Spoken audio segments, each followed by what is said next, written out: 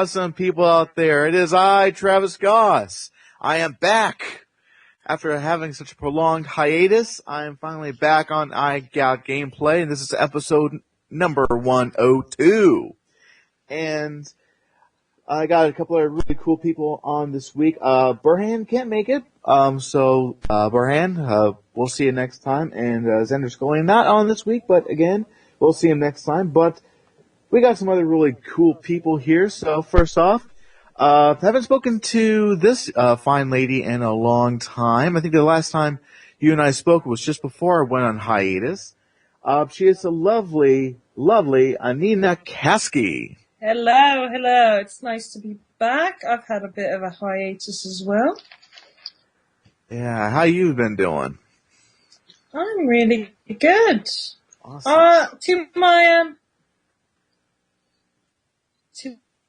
my much disappointment, I haven't had much time. But for Christmas, we're getting the PS4. Woo! Joining the ranks of modern gamers again. Yay. Yeah, as far as me joining the ranks of modern gamers, I have a Wii U. Nice. But it's still an awesome system. I love it. Mm. Yes. I'm going to get it purely for Bayonetta 2. I want to check that game out. And that game it's gotten so many great reviews. And this is a game I've been wanting to play. What makes it even more awesome is it comes bundled with the first game. Yes. Oh. So to me, that's a seller right there. Even though I've already decided I want to play Bayonetta 2. But anyways, yeah, awesome. And to my virtual right, first time talking to this guy too. I guess I can't say welcome to I Got Gameplay. Yeah, I can't even fucking talk. I can't really say welcome to I Got Gameplay because I'm assuming you've been on here before. But anyways, ladies and gentlemen, I hope I'm not gonna. Yeah, you've been on here before. But anyways, and I'm sorry if I butcher your last name, so you may have to say it for me. It's Nick. Horacek? Horacek. It's been Horacek. Thank you. Yeah, it's been pronounced many different ways. So. Yeah, I'm one of the co-hosts on the weekly Slamcast with Brandon Ligon, Dave Wade, and Michael Burhan. So, yeah. All right, and how you been doing? Been good. Excellent. Yeah, Excellent. I did just pick up the HD GTA San Andreas on the 360. How is that? I'm enjoying it. Because that is actually my second favorite game of all time. Yeah, I still got the PS2 version sitting on my shelf with my other games, and I came so close to finishing the game, but I had to. The one thing about San Andreas is you actually have to lock down certain areas before you can finish off the game. Gang territories, thank you. Yeah, you have to control a certain. That close, but I got so frustrating. Mm-hmm. It's a little annoying. Yeah. Yeah, it's like what you have to control at least 35% of the gang territories before you can unlock the final mission. Yeah. Oh god, I couldn't do that. I was like, forget it. I'll just come back to this another time, and it's been nearly 10 years. Damn. I have the Xbox version, so I don't have any of the ones that this wouldn't, unless I somehow manage them on my system. I don't think I can get the hot coffee weirdo mini game that got the game, a ton of controversy, mostly from Mr. Jack Thompson, who can fuck off for all I care. In the fall traffic. off the face of the earth. Yeah, in front of a speeding semi on the interstate, preferably. Hopefully, it's a tanker truck full of phosphoric acid. Yeah. And just completely melt him off the face of the earth, yeah. Yeah, I would love to see that. But it's interesting that you mentioned that. The copy I got of San Andreas has the hot coffee mod on it. Oh, nice. So it had to have been one of the early ones. I actually got the game a couple days after it was released. Okay. And I know at that time Take-Two was trying to recall all the copies, and I was like, forget this. I know what's on this disc. Hell, maybe someday in the future it's going to be worth something, so I'm just going to keep it. Well, I'm going to keep it anyways because I'm a huge Grand Theft Auto fan. Mm-hmm. But yeah, that's pretty interesting. But yeah, I'm glad that that came on the Xbox 360. Hopefully they'll come around and release that for the PS3 or even PS4 for that matter. Yeah. Um, It was only I mean, about $3.74. So dirt cheap. How can you argue with that? I mean, I know they got San Andreas on the PSN, but it's like the original game. But Right. an No. HD remake? Yeah, come on. Yeah, it looks really good. Like, everything just a lot more detailed on the hardware. Everything just looks clearer. It looks really good. I mean, they obviously haven't tampered with... I haven't really noticed anything with the radio stations. I haven't noticed if there's any changes with the music. I guess I could look that up and make sure, but the voice acting is all still there. So you have Samuel L. Jackson playing Officer Tenpenny, which is fucking awesome. Yes. And, of course, the late Sean Penn. His voice is still in the game. Yep. He was a great actor. Yeah, that's great that that came out and that you're enjoying it once again. That's great. Oh, yeah. Okay. I guess before we start into news, I guess we can talk about what games we've been playing here recently. So, Anita, what have you been playing lately? If anything. The last game I played was Skyrim. Because I could never get sick of games of Elder Scrolls. Ever. I'll just quite happily just, virtually live in that world. So, yeah. Yeah, tell us, people like me, I've never played any of the Elder Scrolls games in existence. Try to sell me as to why this is a game I might like to try out. Oh, God, I'm so bad at selling. I mean, haven't you ever wanted to be an all-powerful mage or a thief or amazing with a bow and arrow? Did you not watch Lord of the Rings and be like, oh, I want to be able to do that with a bow? That's what you can do in Skyrim. And the first game that I came across that had the open world, system was Morrowind, and that was amazing. And it had real-time weather, real-time time. So you see the sun sets, you see the sun rise, and that just blew my mind.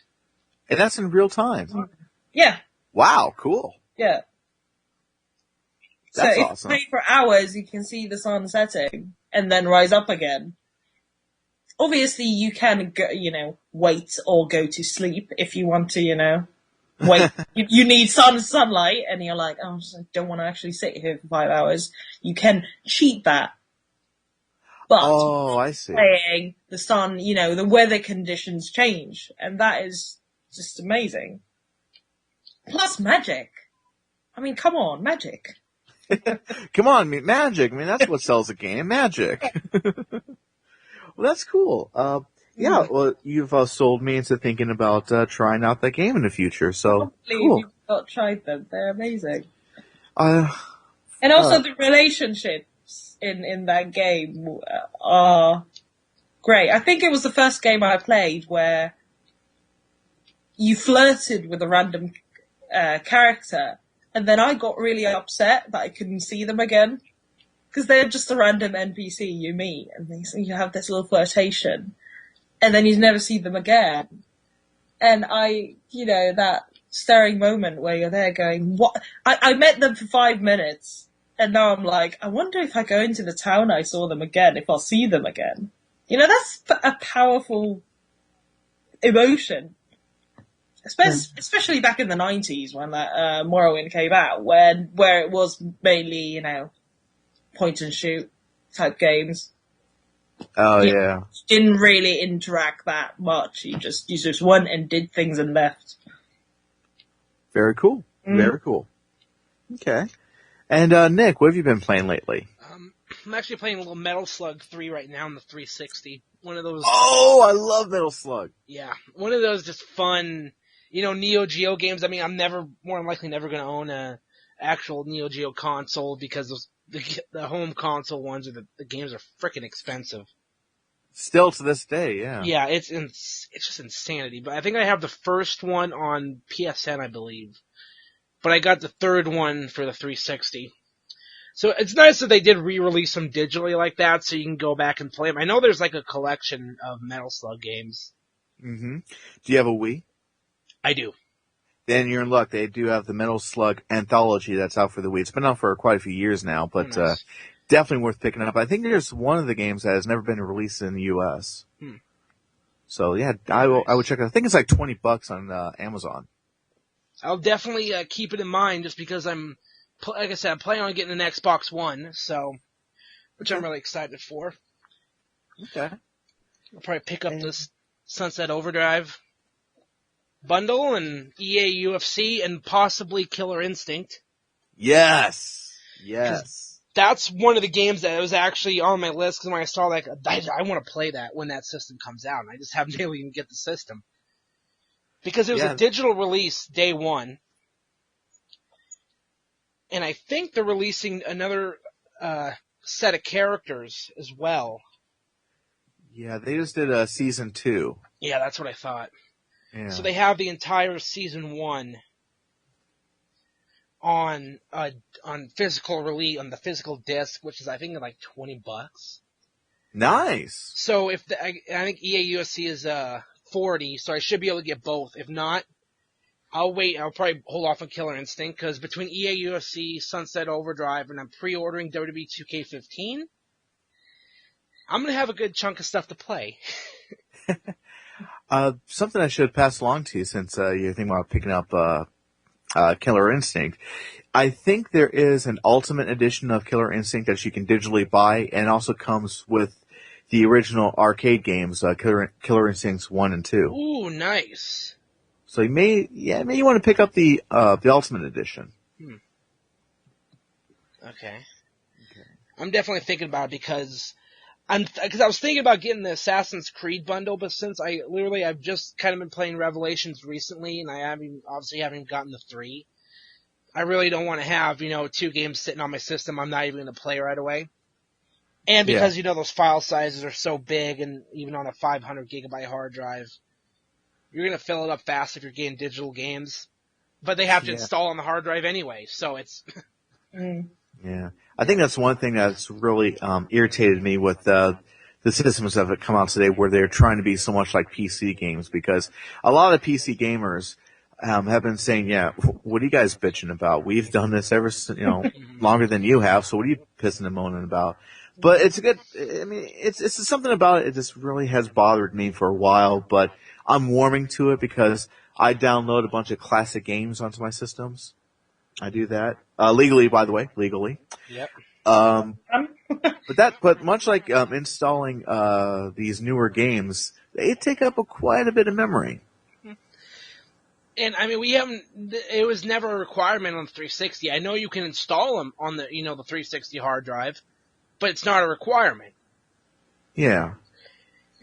I know they released a 3 terabyte hard drive that you can get for the Xbox One, which is I think like $120, which is not bad. Yeah, but for 3 terabytes, and of course it depends on how many games you get over the system's life cycle, if you think about it. Because my buddy who got the Day 1 edition, he's not a hardcore gamer per se. He plays Call of Duty. He plays he has FIFA. He has the EA UFC, but that's about it. He doesn't buy a whole lot of games outside of Call of Duty and and you got EA, like I said, EA UFC and FIFA, and that's it. So yeah. So he doesn't have to worry about it with someone like me or you. Well, we're going to be buying quite a few games, so I'll try and stick to physical release as much as I can. Let's put it that way. Yeah, I'm with you with that too. I think for me, it's, I prefer owning a physical copy because 2 things. Number one, it gives me a sense of pride of knowing that I've got the game in my hands, and I take usually when it comes to getting games, I take good care of them. I always put them back in the cases when I'm done playing them and all that. And 2, I am a game collector. I am one of those guys. So it's just nice to actually, when you get done with the game, you put it on the shelf and whoops, sorry, I didn't mean to bump the mic. And just I can just come back to it anytime I like. And also, let's just say, for instance, if the hard drive crashes, I can actually still play the game. You know? Yeah, I'm all for having the physical copy as well. Yeah. And it's just nice to be able to, touch something. I still have CDs. I still buy CDs. It's the same principle. I like having the thing and going into the store and buying the thing. I think that's something. Just downloading everything. Yeah, I think that's something that this generation hasn't really fully experienced because the younger generation now is just looking at how they could download games onto their home consoles, computers, their iPhones, and things like that, and tablets. And the same is going with movies, because some of these movies today that come out in theaters are now just like, as soon as they come out in theaters, they're on like on-demand services or pay-per-view. Mm-hmm. So I think a lot of things are kind of going away because it's all this digital distribution. I mean, I love the convenience of it, but it's just, I just think that the younger generation is getting robbed of the experiences that you and I had when we were kids. No, I agree. And I don't think there's really the same thrill of buying digital than it is buying something real. Exactly. Yeah, I still buy video games, and I still buy movies, CDs. Mm-hmm. I even buy records, believe it or not. I buy records. It's just the sense of knowing that it's right there, and I can just look at it, and I can play it, anytime I want. But, okay, well, that was a good little opener for this show. So I guess we'll go on to gaming news. In this episode, I did have a couple more games I can go over. We kind of got. Oh, sure. Oh, I'm sorry. Go ahead. Yeah, it's my fault. I just kind of, like I said, Assassin's Creed Revelations. Again, it's Assassin's Creed. I enjoy the series.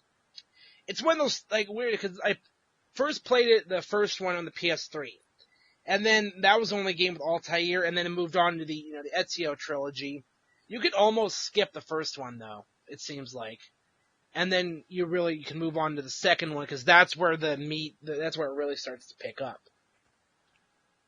But a lot of it's the same, gameplay, and I like it. I like being able to run across rooftops, shove a hidden blade back of somebody's neck, surprise them, just awesome. It really is one of the best series of this generation. So. And then the other one I've really been playing is, outside of Smash Bros. On the 3DS here and there, which I'm enjoying. I'm going to pre-order and get the Wii U version, so I have both. Because it's freaking Smash Brothers. I like playing as Lil Mac because I like to punch motherfuckers in the teeth. That's the best way to put it. Yeah. But I said I'm pre-ordering WWE 2K15 for the Xbox One. I actually red-boxed it on the 360. So, I enjoyed it for what it was. If I wasn't getting the Xbox One so soon, I probably would just buy this version. But since I can do the pre-order, I can get the Sting DLC, I'm going for that. In the 360 and PS3 versions, there's no, My Career mode, none of the facial scans are in there, so it's more like a roster update of WWE 2K14.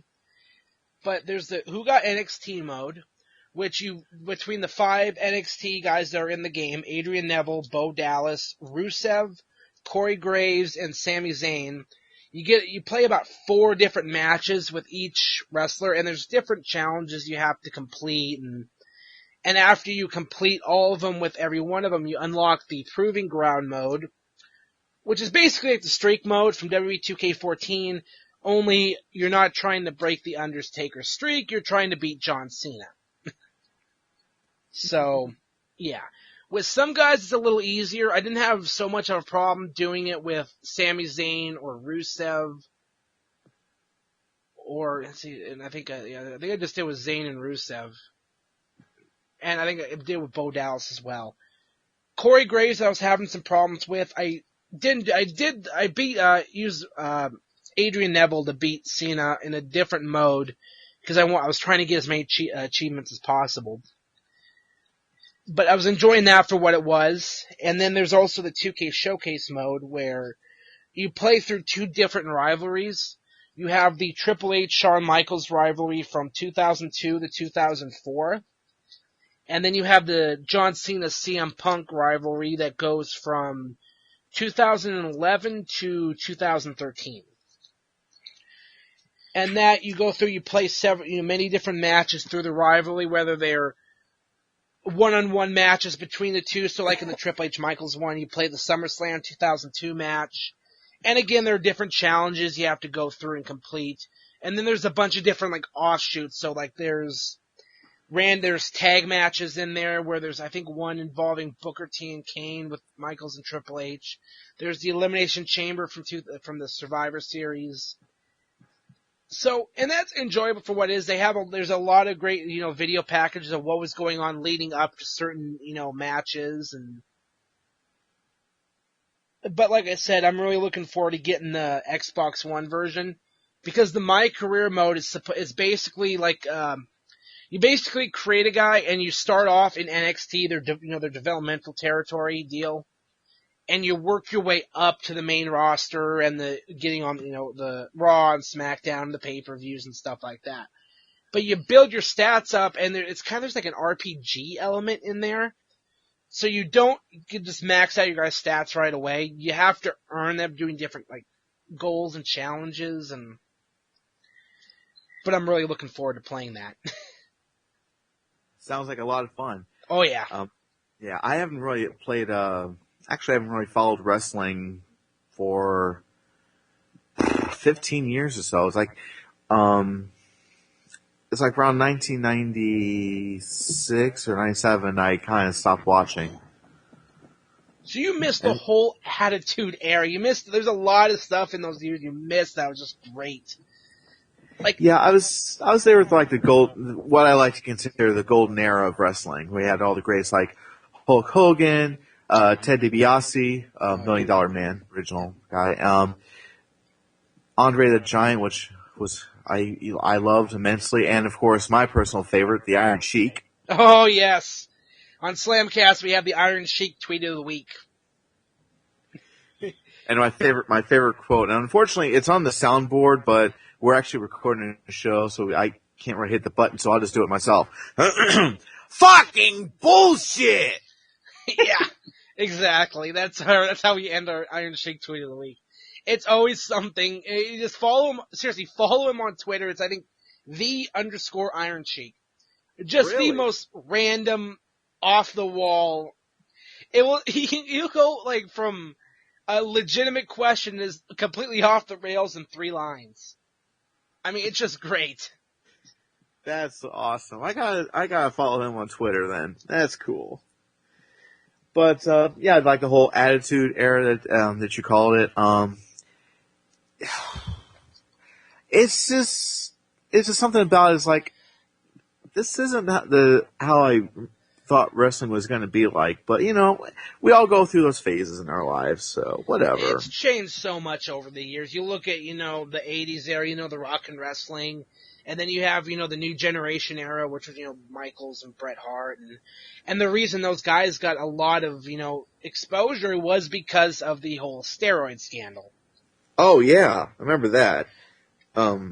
Actually, in 2007, Andrew Tess Martin was working for TNA Wrestling at the time, and he was actually fired because he was too muscular. Because that was around the time the whole Chris Benoit, double murder, suicide thing happened. And he was one of those guys that was a walking red flag. So, yeah. Okay, I think I remember like the last time I really followed wrestling, and that was when Owen Hart had that accident. 99, yeah. Yeah. And that was just one of those and that pay-per-view, because they have the WWE Network, and it's unfortunate because I know Canada, it's just a cable channel. I think that's what's going on in the UK, and that's why it got delayed again. But here in America, you can watch any pay-per-view. They haven't uploaded. They have a lot of the ECW stuff. They don't have a lot of the. They have a lot of the hardcore TVs, but they don't have a lot of the later stuff. Nor do they have a lot of the. You can't really call them pay-per-views. There, like their specials that predated their pay-per-view. So there's like Heatwave 95, there's stuff like that isn't on there yet. They just started adding some of the Nitros, and they're adding some of the, old Raws. They have some of the early Raws on there too. But you can go back and you can watch, you want to watch, the one that Owen Hart died on, which was Over the Edge 99. That's on there. It's all more on demand than what's going on in Canada and the UK. But, at least I think it's going. Yeah, no, I don't recall this. Did it actually air when the cable snapped, or was the camera? It was. He was getting ready for the entrance, and I think they were either doing I think they were getting ready to do an interview with Jeff Jarrett, and I guess Owen was getting ready to make his entrance, and that's when it happened. So it wasn't actually aired on. Like, everyone in the arena saw it, but it wasn't aired on, but they had to do something, so they had to delay. They were getting ready for the match, and then it happened, so they had to cut to a pre-tape. Jeff Jarrett his interview was supposed to be later, so they had to rush him to do the interview. He had no idea what was going on. Wow. Yeah, so because I remember he told the story on his DVD as King of the Mountain, it's like a 4-disc DVD thing TNA had put out. And he was talking about how he did the interview, and he had no idea what was going on. He had no idea what was going on. He had seen, like, Owen on the stretcher, and it wasn't really clicking until he got into the ring, and he asked, like, what happened? The ref said that's where he fell. So he really had no idea till he was even out for the match, so. Jeez. Because where Owen had hit the ring, you could tell because it went down, like, lower. There was, like, a dent. It was just one of those freak, accidents that. Wow, that's a shame. Yeah. Well, let's pick things up a little bit here. Oh, I forgot to talk about what games I've been playing. Yeah. Well, I've been playing some. You guys remember that game, Out of This World? Remember that from the early 90s? What kind of game? Or it was also called Another World, and I think it was in Europe. But anyways, it's a game where this scientist goes to this lab, and he's conducting an electronic experiment. And there was a lightning storm that struck the lab at the same time he was conducting the experiment, and he got thrown in. He got basically just transported to a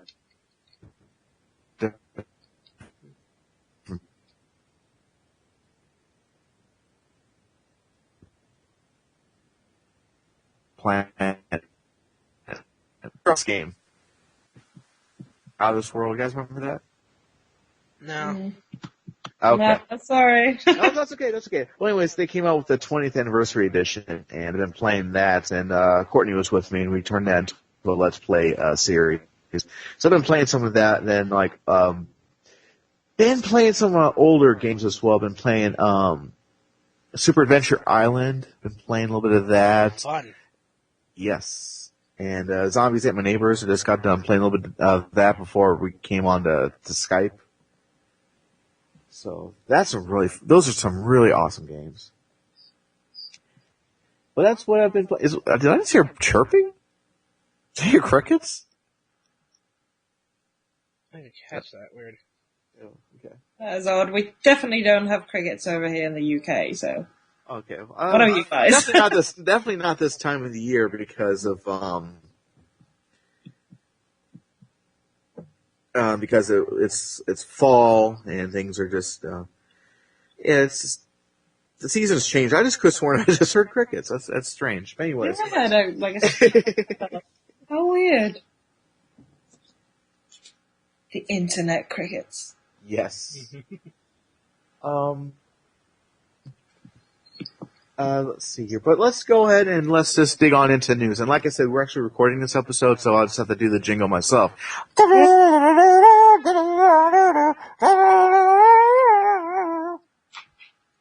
So, my friend Nick, what's in the news this week? Oh crap! I haven't really seen much. You get a bunch of stuff from the direct. I haven't gotten a chance to. I really don't keep as much with gaming news as I should, but I'm trying to think of any. I haven't really seen anything that I can think of off the top of my head. Okay, well, that's fine.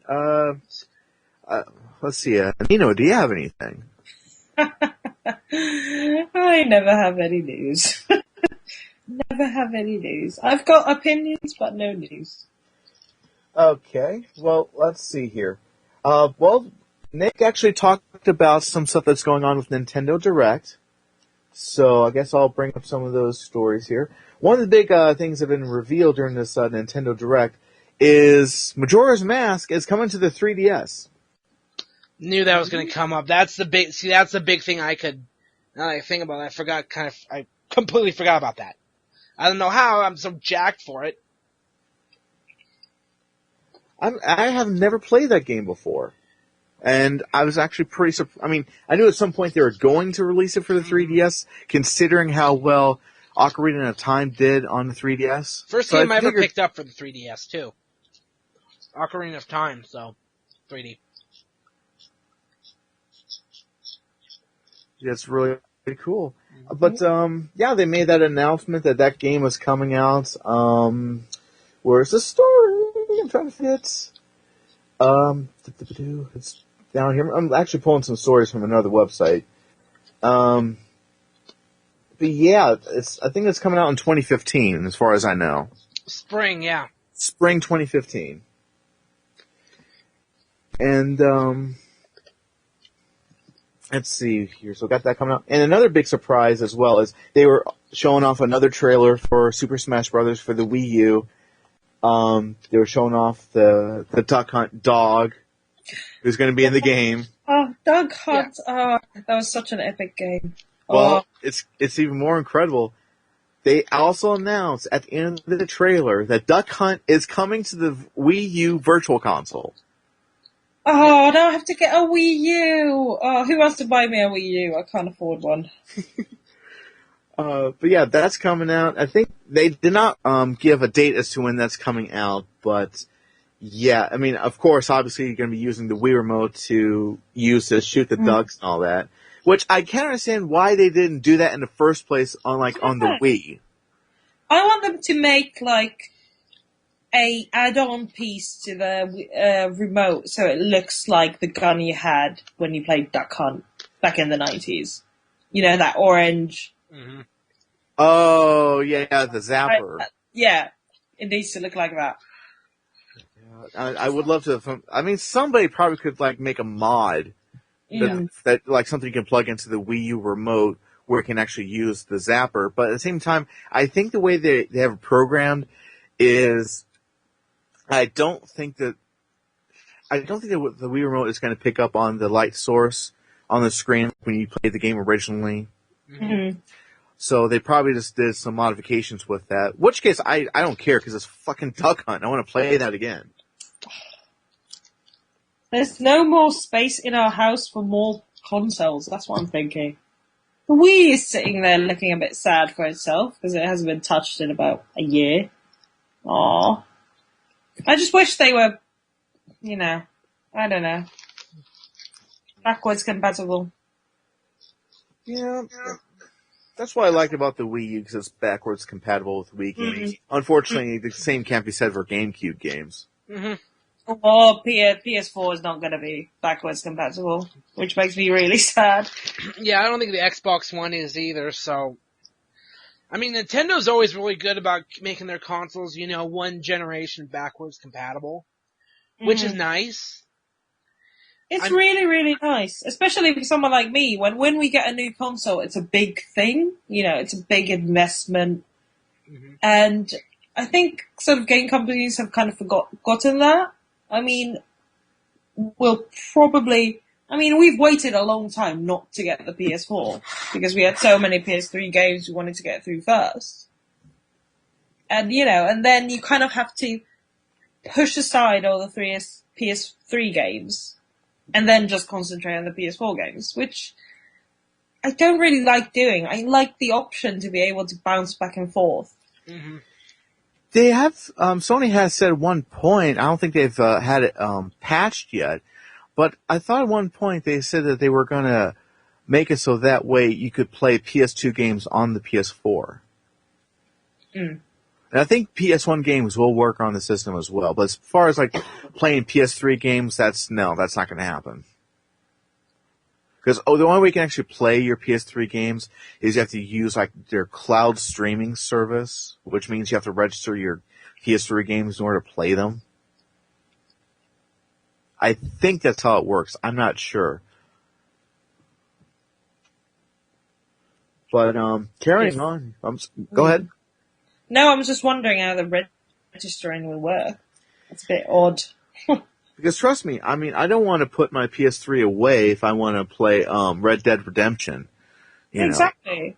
Yeah. So, but it is what it is. Maybe at some point they'll patch the system where they'll allow it, but only time will tell. It's interesting because the PS4 uses Blu-ray discs, much like the PS3 did, as a storage medium. It probably doesn't mean too much, but you would think they would make it so that way PS3 games could play on it, but... Yeah, exactly. I don't know. But, only time will tell. People who don't get, who aren't hardcore gamers, that don't play the games straight away as soon as they come out, they're kind of left behind, if you know what I mean. Because if you get the PS4, then there's so many PS3 games that people haven't had time to find or play them. If upgrade to the new system, unless they make the PS4 version of, say, Red Dead Redemption and all these sort of slightly older PS3 games. I see where you're going with that, because it was, I remember back in the 90s, mid-90s, when, in the mid-90s where, when we were transitioning from the Super Nintendo to the Nintendo 64, there were some games that came out in between that transition that I missed out on. And sad to say, some of those games are collectibles. Mm-hmm. Yeah, because they just got forgotten in that weird in-between period. And because of that, I missed out on Castlevania Dracula X. Every time I'm on the show, I mention that game because I'm so in love with it, and I haven't even played the damn thing. And also, Donkey Kong Country 3, I missed that one. But, nice little bit of tidbit there, a little bit of information. For those of you who haven't played that game, if you were to go into one of those, Kong houses, not Cranky Kong, but I think it's one of the other family members have their, house there, they actually have a Nintendo 64 sitting on the floor and they're playing the games.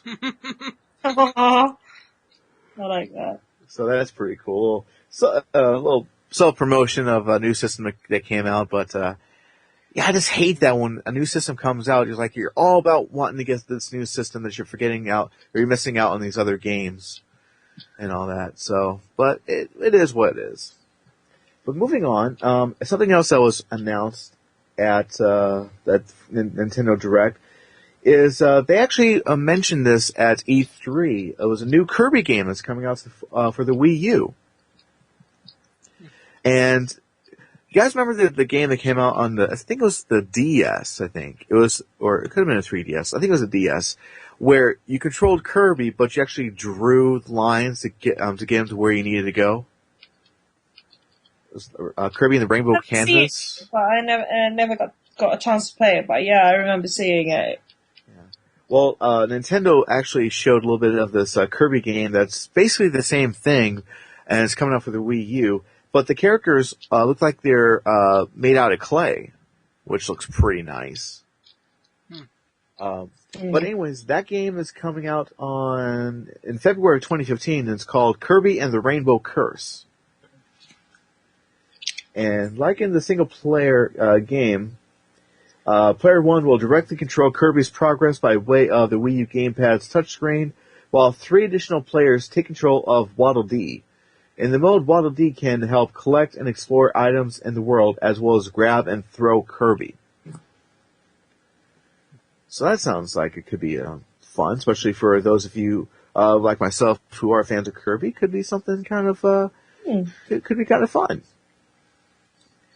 And for those of you who live in the European regions out there, coming to the Wii U's eShop is a game that we've been enjoying here in the United States, and it's Shovel Knight. I still need to play that. You would love it. It's great. For those of you who have not played the game, first of all, shame on you. Not you, Nick. You and I are cool, Nick. I'm just saying for the rest of you, this game is awesome. It's 8-bit throwback game where it's like it takes elements of Mega Man, Castlevania, and DuckTales, and it's got some really great music. It's just gorgeous. Go look up Shovel Knight. If you don't know this game, go check it out. It's so cool. I love it. Of course, Nintendo's mentioning so much about this amiibo thing going on. It's kind of like Skylanders, you know. Mm-hmm. You get all these Nintendo toys. I just call them toys because that's what they look like. But you put them on the gamepad, and you can put them in certain games like Smash Brothers, and then they're going to have it updated for Mario Kart where you can put these characters in the game as well. And, of course, that the same thing with Nintendo Direct are teasing DLC content for Mario Kart 8. Yeah, they've been, posting videos about it. I still need to do the pre-order on the DLC. The first DLC pack doesn't come out till the 24th, so. Yeah. Pre-order and then. Before it's got some, sorry, go ahead. I was going to pre-order that DLC before then. Because it's cheaper if you pre-order it. I think it's at like $12. Because the DLC packs are like $8 each. And the next one, it doesn't come out till I think May. Yeah, that's right. Of 2015, so. Yeah. I'll pre-order it and then, get it a little cheaper. Which is nice. See, that's the way that, they should do their DLC. Oh yeah, I totally agree. It's really nice too because some of these things are going to put in with these DLC packs. Get some additional characters, like in the first DLC pack, you get Tanuki Mario. Mm-hmm. Okay. And let's see. Link, which is kind of out there. He's never been in one of these games before, but I mean, he's okay. all over Smash Brothers. He's always been Smash Brothers, so why not put him in Mario Kart 8? I mean, it does. Oh, I'm not complaining. I'm not complaining. Yeah. I think that's going to be pretty cool. And at the same time, why can't they put like Kirby in the game as well? Or maybe some point though. I think Kirby should be in the game. He should have been, I think, but you never know. Maybe at some point, like future DLC packs, they might do that. But so that's going to be pretty cool. And they have some new tracks that they're showing off. Like some of them are inspired by other Nintendo games, like Excite Bike. They got a track dedicated to that. There's also a course that's in the world of Zelda, so that's going to be nice.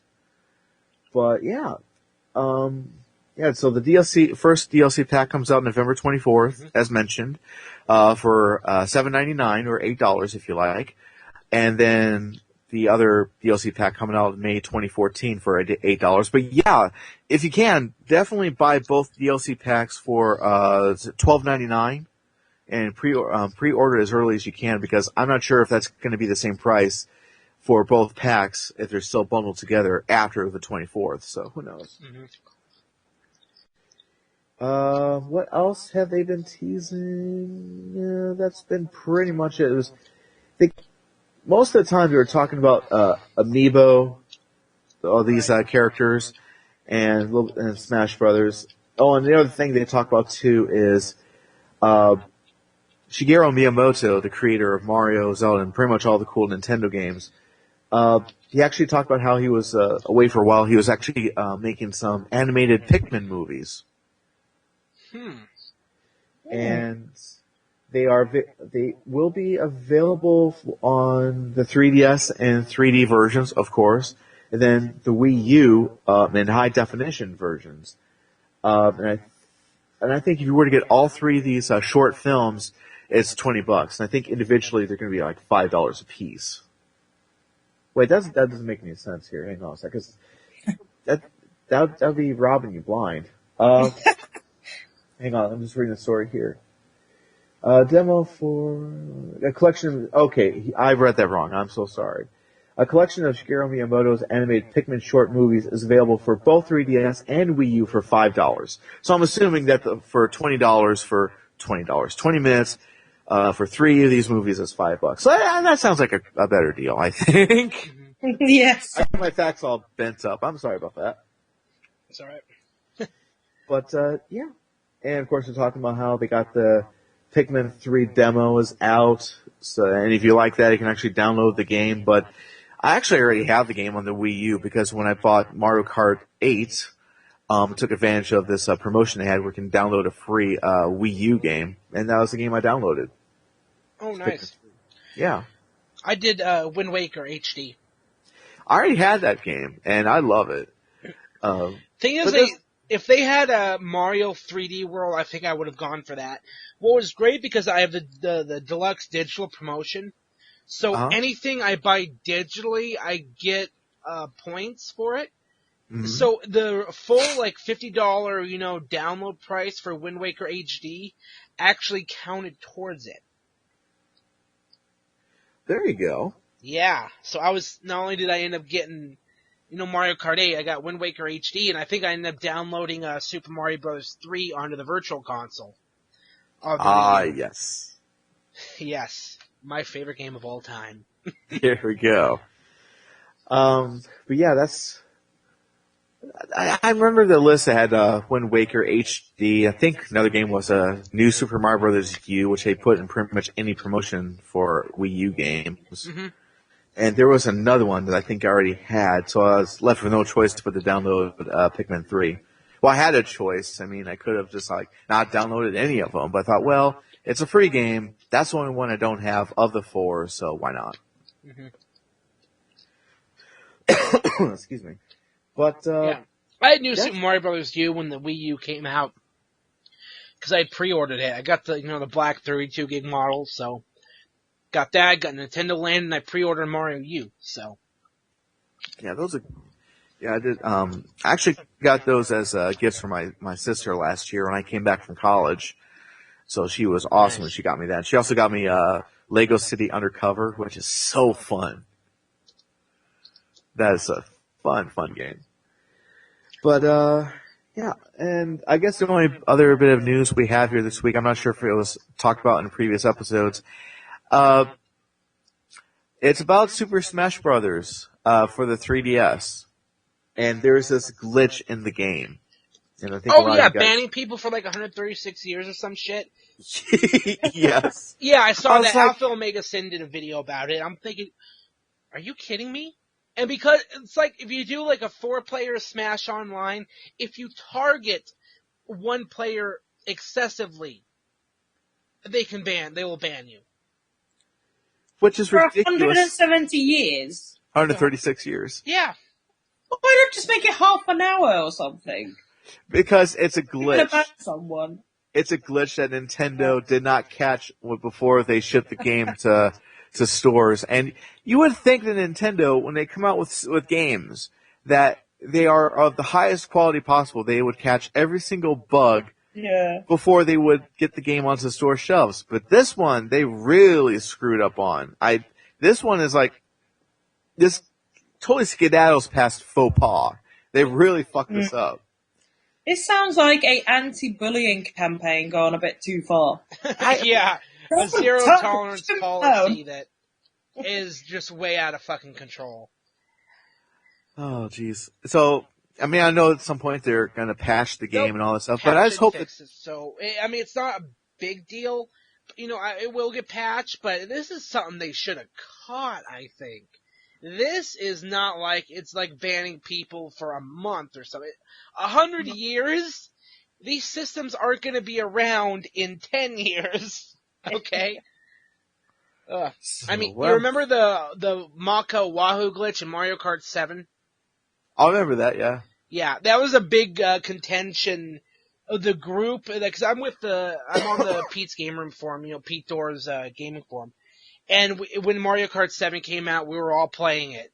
And there was one guy that was excessively picking this track and using this glitch. And it would skip you 3/4 of the way across the track. Yep, I remember near the end. And we were all arguing with him on the forum about it. He was like, it's a glitch in the game, I can use it. Well, it's still cheating. You're literally breaking the game.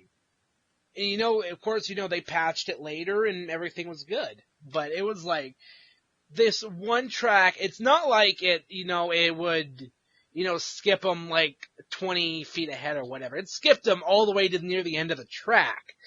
So, by falling off in a specific spot, it would shoot you near to the end. Like, you can't, it doesn't matter what you're doing, how good you are, you will never be able to beat that. It's just funny how, when something like this happens, because you would expect, something like this to happen with like a third party developer, but like Nintendo, to me, that's like, it's a sock in the gut. It's like, oh God, what have you guys done?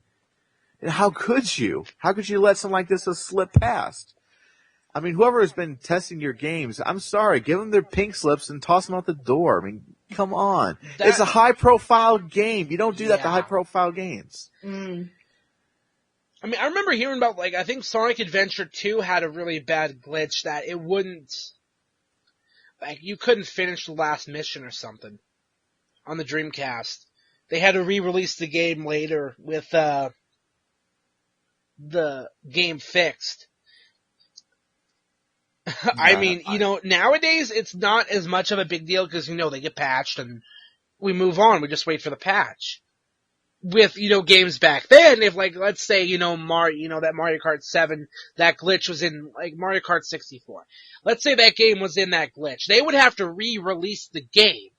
That glitch was in the game. They would have to completely re-release the game.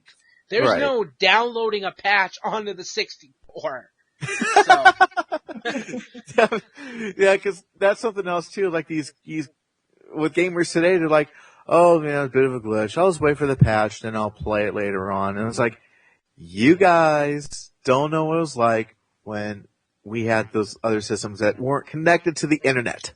Yeah. Mm. Okay, we had to deal with the glitches, and we didn't mind if it was a major glitch. Then we just simply returned the game to the store and got something else.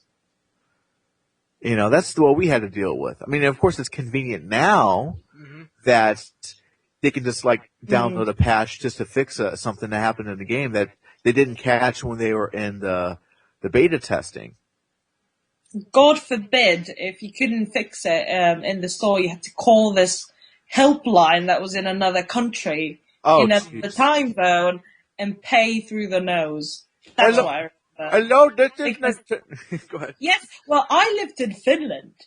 So imagine trying to call God knows where and going, this doesn't work. And they're just like, well, you're stuffed, aren't you? Click.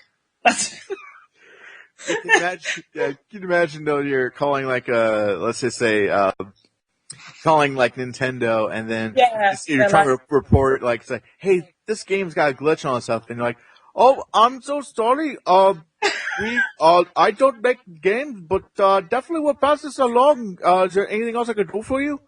It was more like, which country are you from? Finland. Click.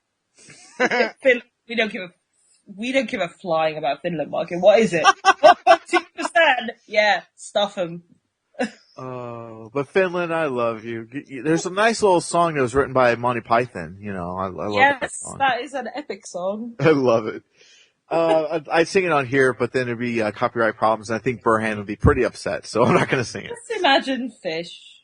There you go. Yes. It's in everyone's head now. Finland, Finland, Finland, the country where I want to be. But in terms of news, that's all I've got. Shall we get on to the meat of the podcast? Let's go on to the main event. Ding, ding, ding. Exactly. Where's Michael Buffer when you need him? Yeah, Michael Buffer. Ladies, wait, here we go. He's just coming in right now.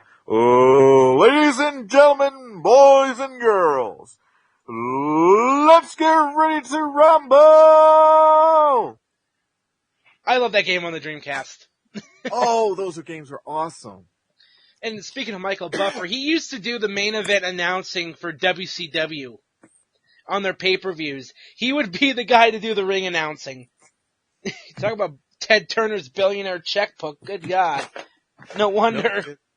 Well, that and the horrible booking made him run out of business, but that's a different story altogether. But anyways, we're gonna go right into it. This week's theme was something that I was inspired by because I recently did an episode of Desert Island Games here on RetroUnlim.com, and when we were before we came onto the show, we were trying to figure out what we're going to do as a theme. So I thought, why don't we come up with a list, each one of us, 10 games that we would take with us if we were stranded on a deserted island. So I thought this would be a nice little thing. I mean, those of you who are listening to the show, feel free to go ahead and leave your comments below and tell us what games you would take with you to a deserted island if you were put in that situation. So what we're going to do here is we're going to start at the bottom of our lists and then work our way up to the very top, which would be our absolute favorite game, the game we absolutely must have with us in order to us to survive, I guess. Because forget eating or drinking or trying to start a fire for warmth. If we don't have our number one favorite game with us, we're totally fucked. So. Well, it's food for the brain. Food for the brain, yeah, but not food for the tummy. Yeah. Well, the brain is more important. Unless you are playing a game where there's food involved, I think that would be a bad choice. But anyways, so we're going to go ahead and we're going to start. Let's see, Anita, why don't you tell us what your first game that you would take with you if you were put in that position? Okay. Do you want my number one game? We're going to start. We're going to start at the very bottom and save the best for last. Okay. Okay, right at the bottom of my list, still, made the cut, would be Flower. Did you guys ever play this game? No, tell us about it. Flower is, as close to meditation as a game can ever be. It's like a game that's not a game. And it's really hard to explain, but it's one of the most relaxing things I've ever done on the PS, on any console, on any computer. And the developer, I can't remember the developer's name, but he said he wanted to make gaming as close to meditation as possible. And it's called Flower, and he's made another game as well before this called Flow, and this is the second one. And perfect game if you just want to chillax and let your mind rest. You're a gust of wind, and you have to pick up these flower petals on the way. And that's it. There's no big aim.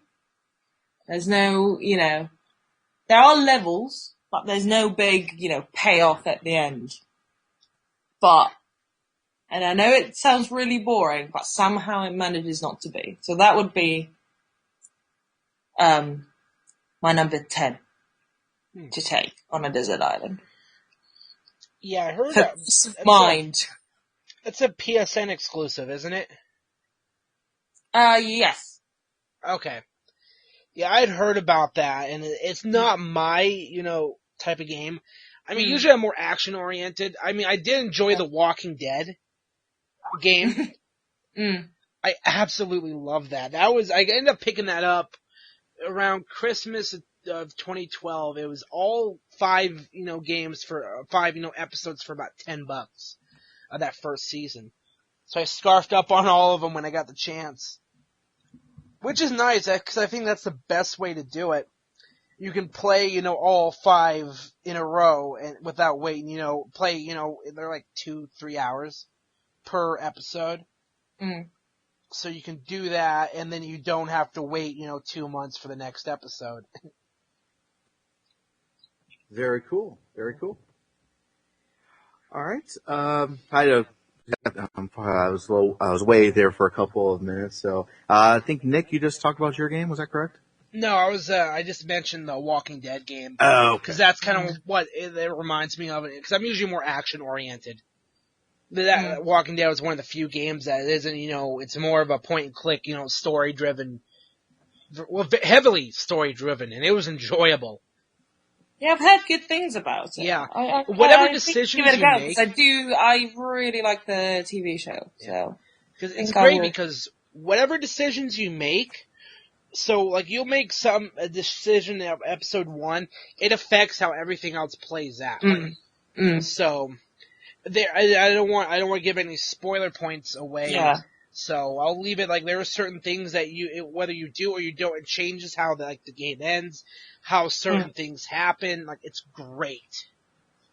A bit like, well, Heavy Rain had a similar Right. mechanic as well. Is your choices move the game in different directions. Mm-hmm. Which is great when they give you, there's a little more open, that you're never really going to play the game the same way twice. Yeah.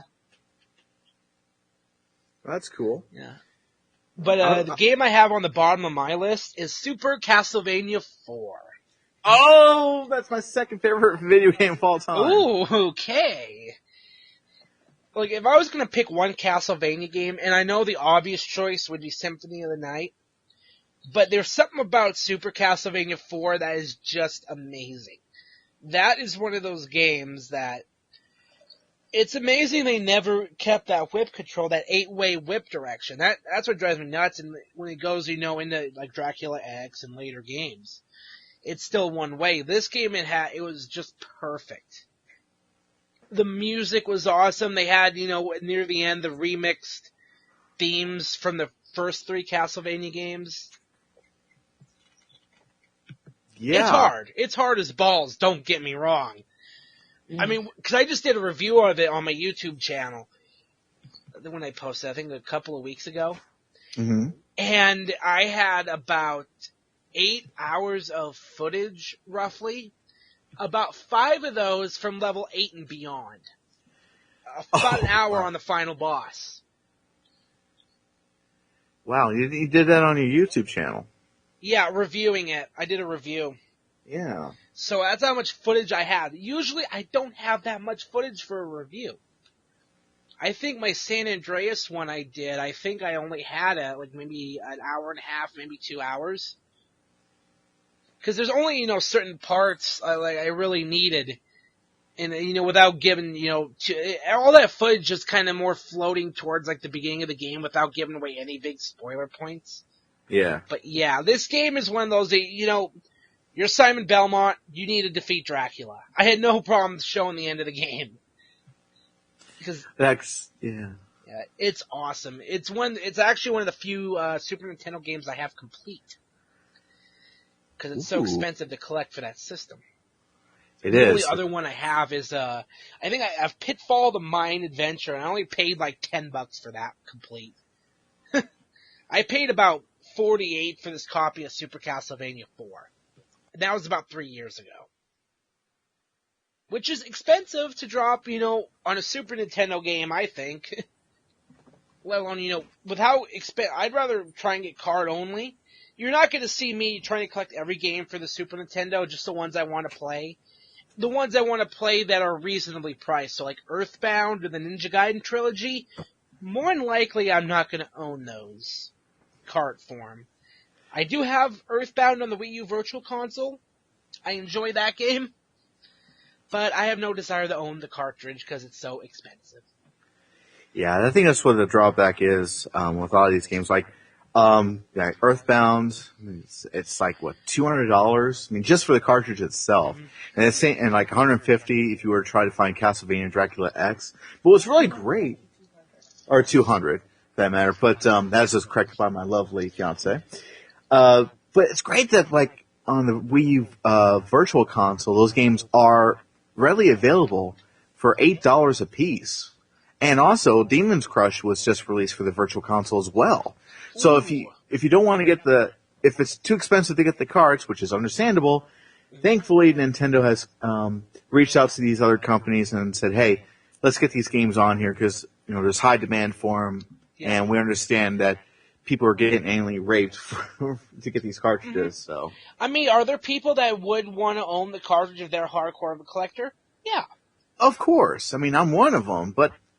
I mean, just like collecting comic books or records or anything, depending on the condition and the demand for it, you can be paying quite a bit of money for it. You see games like, Contra, or Smash Brothers, the original Smash Brothers. Those games are still, a little higher because there's a high demand for them. They're not, Exactly. obviously, they're some of the more common games out there. It's just the demand is higher. Absolutely. And I was just watching a video earlier today. We all know Pat the NES Punk, right? Yep. Okay. And he has this podcast. It's the CU podcast. The Completely Unnecessary Podcast, yeah. Thank you. I couldn't remember the name of it. That's But they awesome. actually talked, it is an awesome podcast. And they were actually talking they were talking about Contra, where the game itself, just a cartridge, you expect to pay $30 for it, which is reasonable, but there's such a high demand for it. In fact, when someone goes out and they want to start collecting Nintendo games, that's the first one they always go to. Yeah, when you think, like, okay, I want to start collecting for the NES. The games that are going to pop in your head are Mario, Zelda, Contra, Bionic Commando, Blaster Master, games like that. Some of the bigger hits, Metroid. And I mean, you can go off the beaten path and, when you can start finding those hidden gems. But of course, the NES is full of crap. I'm looking at one right now. I actually have the American Gladiators game. Oddly enough, I have it signed by Laser and Mike Adamle. Ooh, nice. Funny story. They were doing a thing, a local University of Great Falls. It's a private, university here, kind of, Catholic college. They need a football team, but that's besides the point. For their homecoming, deal, they were doing an American Gladiators thing, so they were, it's different, the athletes that were competing, and Laser is actually from Great Falls. He was a CMR guy, but I'm not gonna hold that against him. So that was, I went to Great Falls High, so there's our little crosstown rivalry there. But, yeah, and they flew in Mike Adamle, so I gotta meet them, I gotta talk to them, and I asked, hey, can you sign this for me? Because it's the only piece of American Gladiator stuff I have. I watched that show all the time as a kid. Me too. So that's cool. I actually have it displayed up on my dresser here. And then you have games like John Elway's Quarterback, which is probably one of the worst sports games on this ever. Just look up the box art for this. This is a running joke on I also do another couple of gaming podcasts, because I was with the Users podcast, and then me and another host, we went and merged with the Hey Listen podcast, but there was a running joke about the shit-eating grin of John Elway on the cover of that John Elway's Quarterback game. Look this up. It's one of the just the most hilariously bad box arts. Like, people look at, the first Mega Man box art. This is much worse. It was. Oh my god. How generic was it? Because he's just smiling from ear to ear, and he's holding an NES controller. In a really weird angle, by the way, but that's besides the point. And the funniest thing about this is, this game came out still a good 10 years before he led the Broncos to 2 Super Bowls and then retired. Yeah. This was right around the time I think he joined Denver, or it was I think he might have still been with Indianapolis, the Colts at the time. But they would put whatever, you would have I think Bo Jackson, I think had a football game. You would have every other, there'd be so many sports stars, Joe Montana football. So there's all these, sports games were a dime a dozen, platforms were a dime a dozen then. Now, with sports games, you have Madden for football. You have NBA 2K. Now it's a monopoly. You don't see a lot of, offshoots anymore. Yeah, no, and that's something that's always bothered me too, is they come out with a Madden game every year, and basically all it really is just just a roster update, and that's all it is. And I mean, it's almost like they could, because like what I was talking about with the WWE 2K15, at least on the last gen consoles, 360 and PS3. I don't know, it's still weird saying that because the current gen is Xbox One and PS4, but yeah. It could have been a roster update. They could have added a couple of modes. They could have, even just sold the update for $20 for 2K14. It's the exact same, gameplay. They could have done that. It's a full release every year after year after year. I don't buy Madden games new every year. The last one I bought brand new was, the 25th anniversary Madden. on the 360. And before that, it was the 20th anniversary Madden 09. So it's like everyone's like, you know, what the hell, I'll get Madden. I'm, you know, not really good with football games, honestly, but I enjoy them for what they are. I'm not one of those guys that you have to get it every year. I mean, I was kind of with that. Like Call of Duty, when I started getting into that, was Modern Warfare 2. I didn't start playing the online of Modern Warfare 3. But I got Modern Warfare 3, I got Black Ops 2, and then I completely skipped Ghost, honestly. I really didn't have the money, and then, you know, financial situations hit, and I just didn't bother. I'm gonna get Advanced Warfare on the Xbox One, though, but... There you go.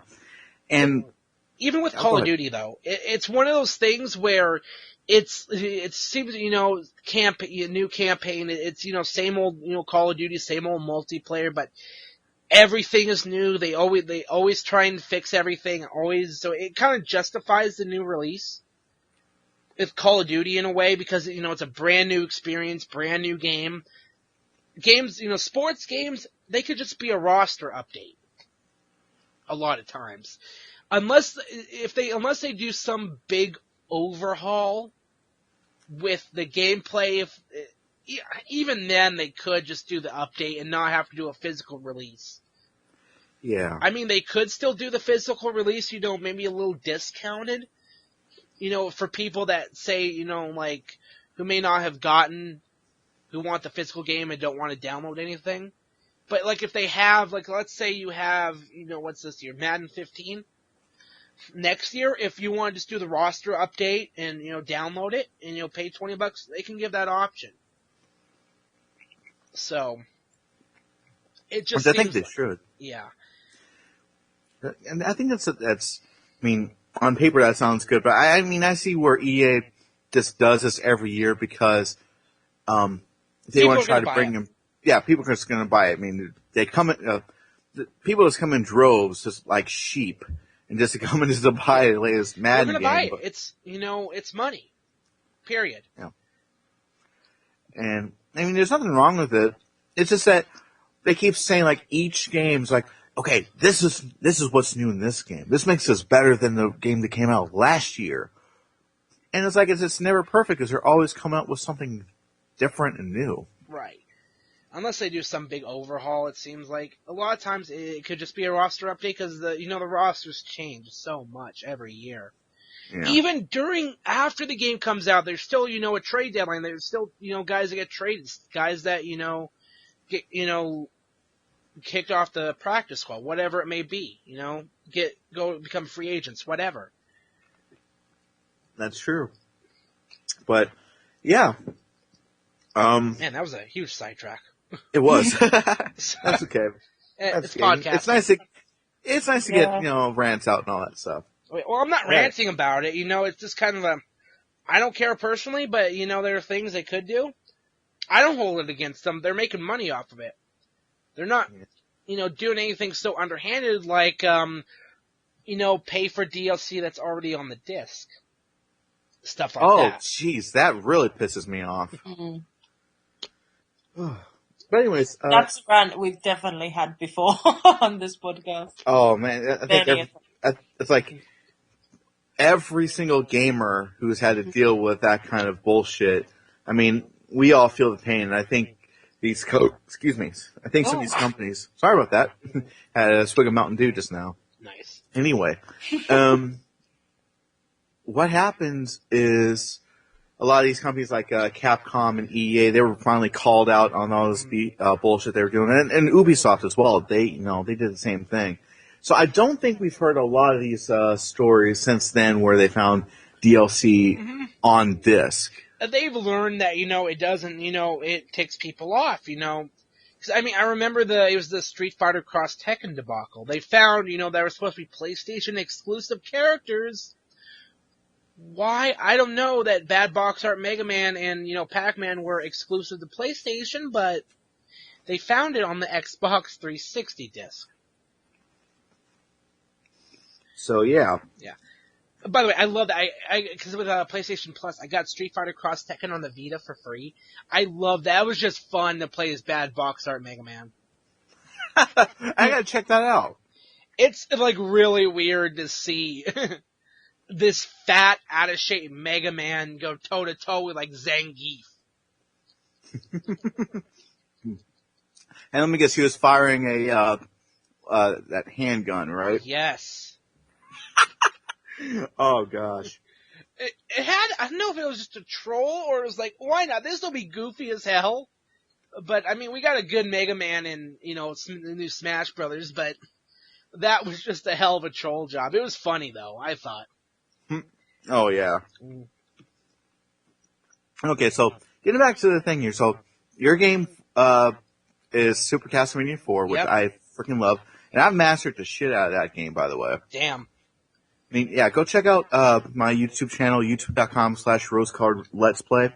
And it's the second series I've done, and I just whipped through that game with hardly any problems. I've had like a couple of stupid deaths, but other than that, yeah, I whipped through that game. I'm a master at it. Damn. Humble brag. Just saying. Yeah, But anyway, so my first game I'm going to talk about here is a game that was a launch title for the GameCube, and I think you all know where I'm going with this, and it's Luigi's Mansion.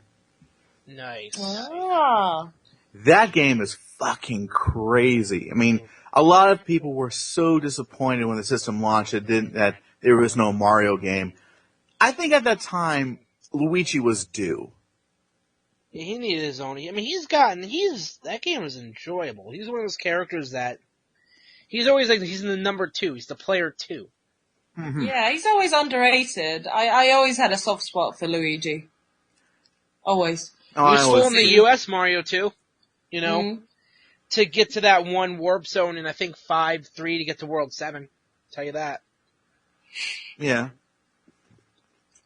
But I think what I really loved about the game was the animation, especially for Luigi. Whenever he got scared, his mouth got like super wide and all that stuff. But every time he was walking around, he had that scary look on his mouth, this wide tooth, scary look, And when I looked at that, I was thinking, did the guys who created Wallace and Gromit help design Luigi like this? But regardless, that game was a hell of a lot of fun, and unfortunately, I never finished it. I totally regret not finishing the game. But sucking up ghosts and money and all these other things. I mean, this game. I mean, this was supposed to have been on the Nintendo 64, but when they were developing the GameCube, they moved this game over to that system, and it was a smart move because that game was fun as hell.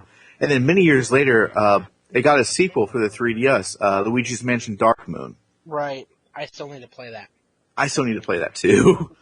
But, I mean, nowadays when people look back, they do say that Luigi's Mansion was one of the better games for the GameCube, and I agree. And I kind of like bring it up to some people who used to bitch about how there wasn't a Mario game when the system launched. Like, hey, but you love Luigi's Mansion now, so whatever. But that's one game I definitely would take with me. You guys have any other thoughts about the game? Hell, it's hard too. It's one of those It's very challenging. hard. I mean, you really have to be really good at it, and you gotta know what you're doing if you're gonna get that perfect, ending with the best house at the end. Oh yeah. And how you actually achieve that is you have to collect money and pearls, and you basically collect these pearls by these ghosts, like the ghosts that actually inhabit the mansion. And if you can, they start with like 100 hit points, and if you can manage to stay on them and suck them into the vacuum without taking a hit or losing control of your vacuum, the vacuum. Sorry, I forgot the name of the damn thing. The Poltergeist. Poltergust. Poltergust. Yeah, that's what I thought. Poltergust 3000. And if you lost contact with that ghost at any point, you wouldn't earn all these big pearls if you were to stay kept with it for the whole time. And the bigger the pearls, the more money you actually earn from it. And then at the end of the game, when everything is all tallied up, that determines how big your mansion's going to be. Yep. But couldn't say that Mario was not involved in that game in somewhat, because he was actually captured, and you actually saw him inside the painting. That kind of blew my mind. Yeah. When at that time. Yeah, it's like, wait a minute, you are Luigi, you gotta save Mario this time. Okay, we got something here. Yeah, finally Mario's a damsel in distress. Yeah.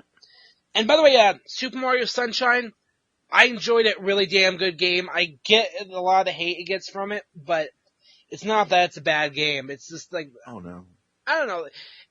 I guess the one thing I could say I kind of knock it for is because you have, FLUDD through most of the game, and you can hover, and then you end up in those missions where it goes back to straight old school Mario platforming. It throws you off.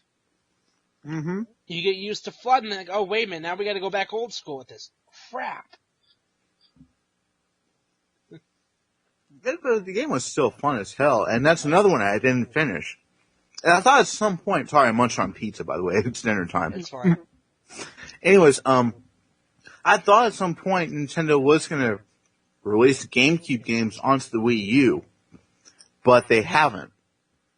And it's kind of got me a little worried as to if they're ever going to do that. Because I want to play that game again so bad, that and Luigi's Mansion. Yeah. Hey, maybe we'll do HD remakes. I'd be down with that. Yep. Mm. But, that's my, first pick here. So we'll go back to Anina. What's your second game? My second game, you're probably gonna judge me so badly, but I don't care. It's Sims 3. Okay. I've wasted so many pleasurable hours of my life on Sims 1 to 3. Wow. And I think that game still has, replay value. Honestly, I love that franchise. I don't care what anyone else thinks. It's not, especially hard or tricky, but pure enjoyment, just top class. The only time I ever played Sims was when the very first game came out. Mm. And I liked it. I thought it was really fun. I mean, I wasn't totally engrossed by it, but I was one of those guys that would, Sim had to go to the bathroom, he'd go in there, and then I would take away the door. Oh, couldn't get out. Everyone did that. Or just, at some point. Or take away the toilet. And then you watch him pee himself. Yeah, I think it's so enjoyable. It's extremely addictive as well, even though, after a while, you kind of do end up doing the same things. But then it had loads of those expansion packs. Oh, yeah. Added a lot of, new things. I don't currently have it because I have a Mac instead of a PC. But, I would gladly get Sims 4 if I had a PC. But that was a question I was going to ask you. Mm. Of all the Sims games, why Sims 3? I don't know. It was, out of the ones I've played, the most sophisticated. And I think it got really, really funny by the end. Like, it was kind of, it was kind of tongue-in-cheek in a way, Sims 3. Especially the first Sims was just, blocky characters that just did things. And then by Sims 3, you got facial expressions and emotions, and they had wants and needs, and, you actually had to think about making your Sims happy as well. Yeah. Like, they could be healthy, but they'd be depressed, and then you'd be there going, but just do this, and then I swear I'll let you play the video game. It kind of became like a mom, a sort of mother god being like, just do this one thing, and then you can play, okay? Just do this one thing. And that's how I looked at it too. It's like you were playing either like their parent or their god. Oh, yeah. That's what kind of attracted me to the game in the first place. Yeah, that is I think that's a big attraction of the game, is being God, basically. There we go. Having control over someone else's life, even though you may not have control over your own life.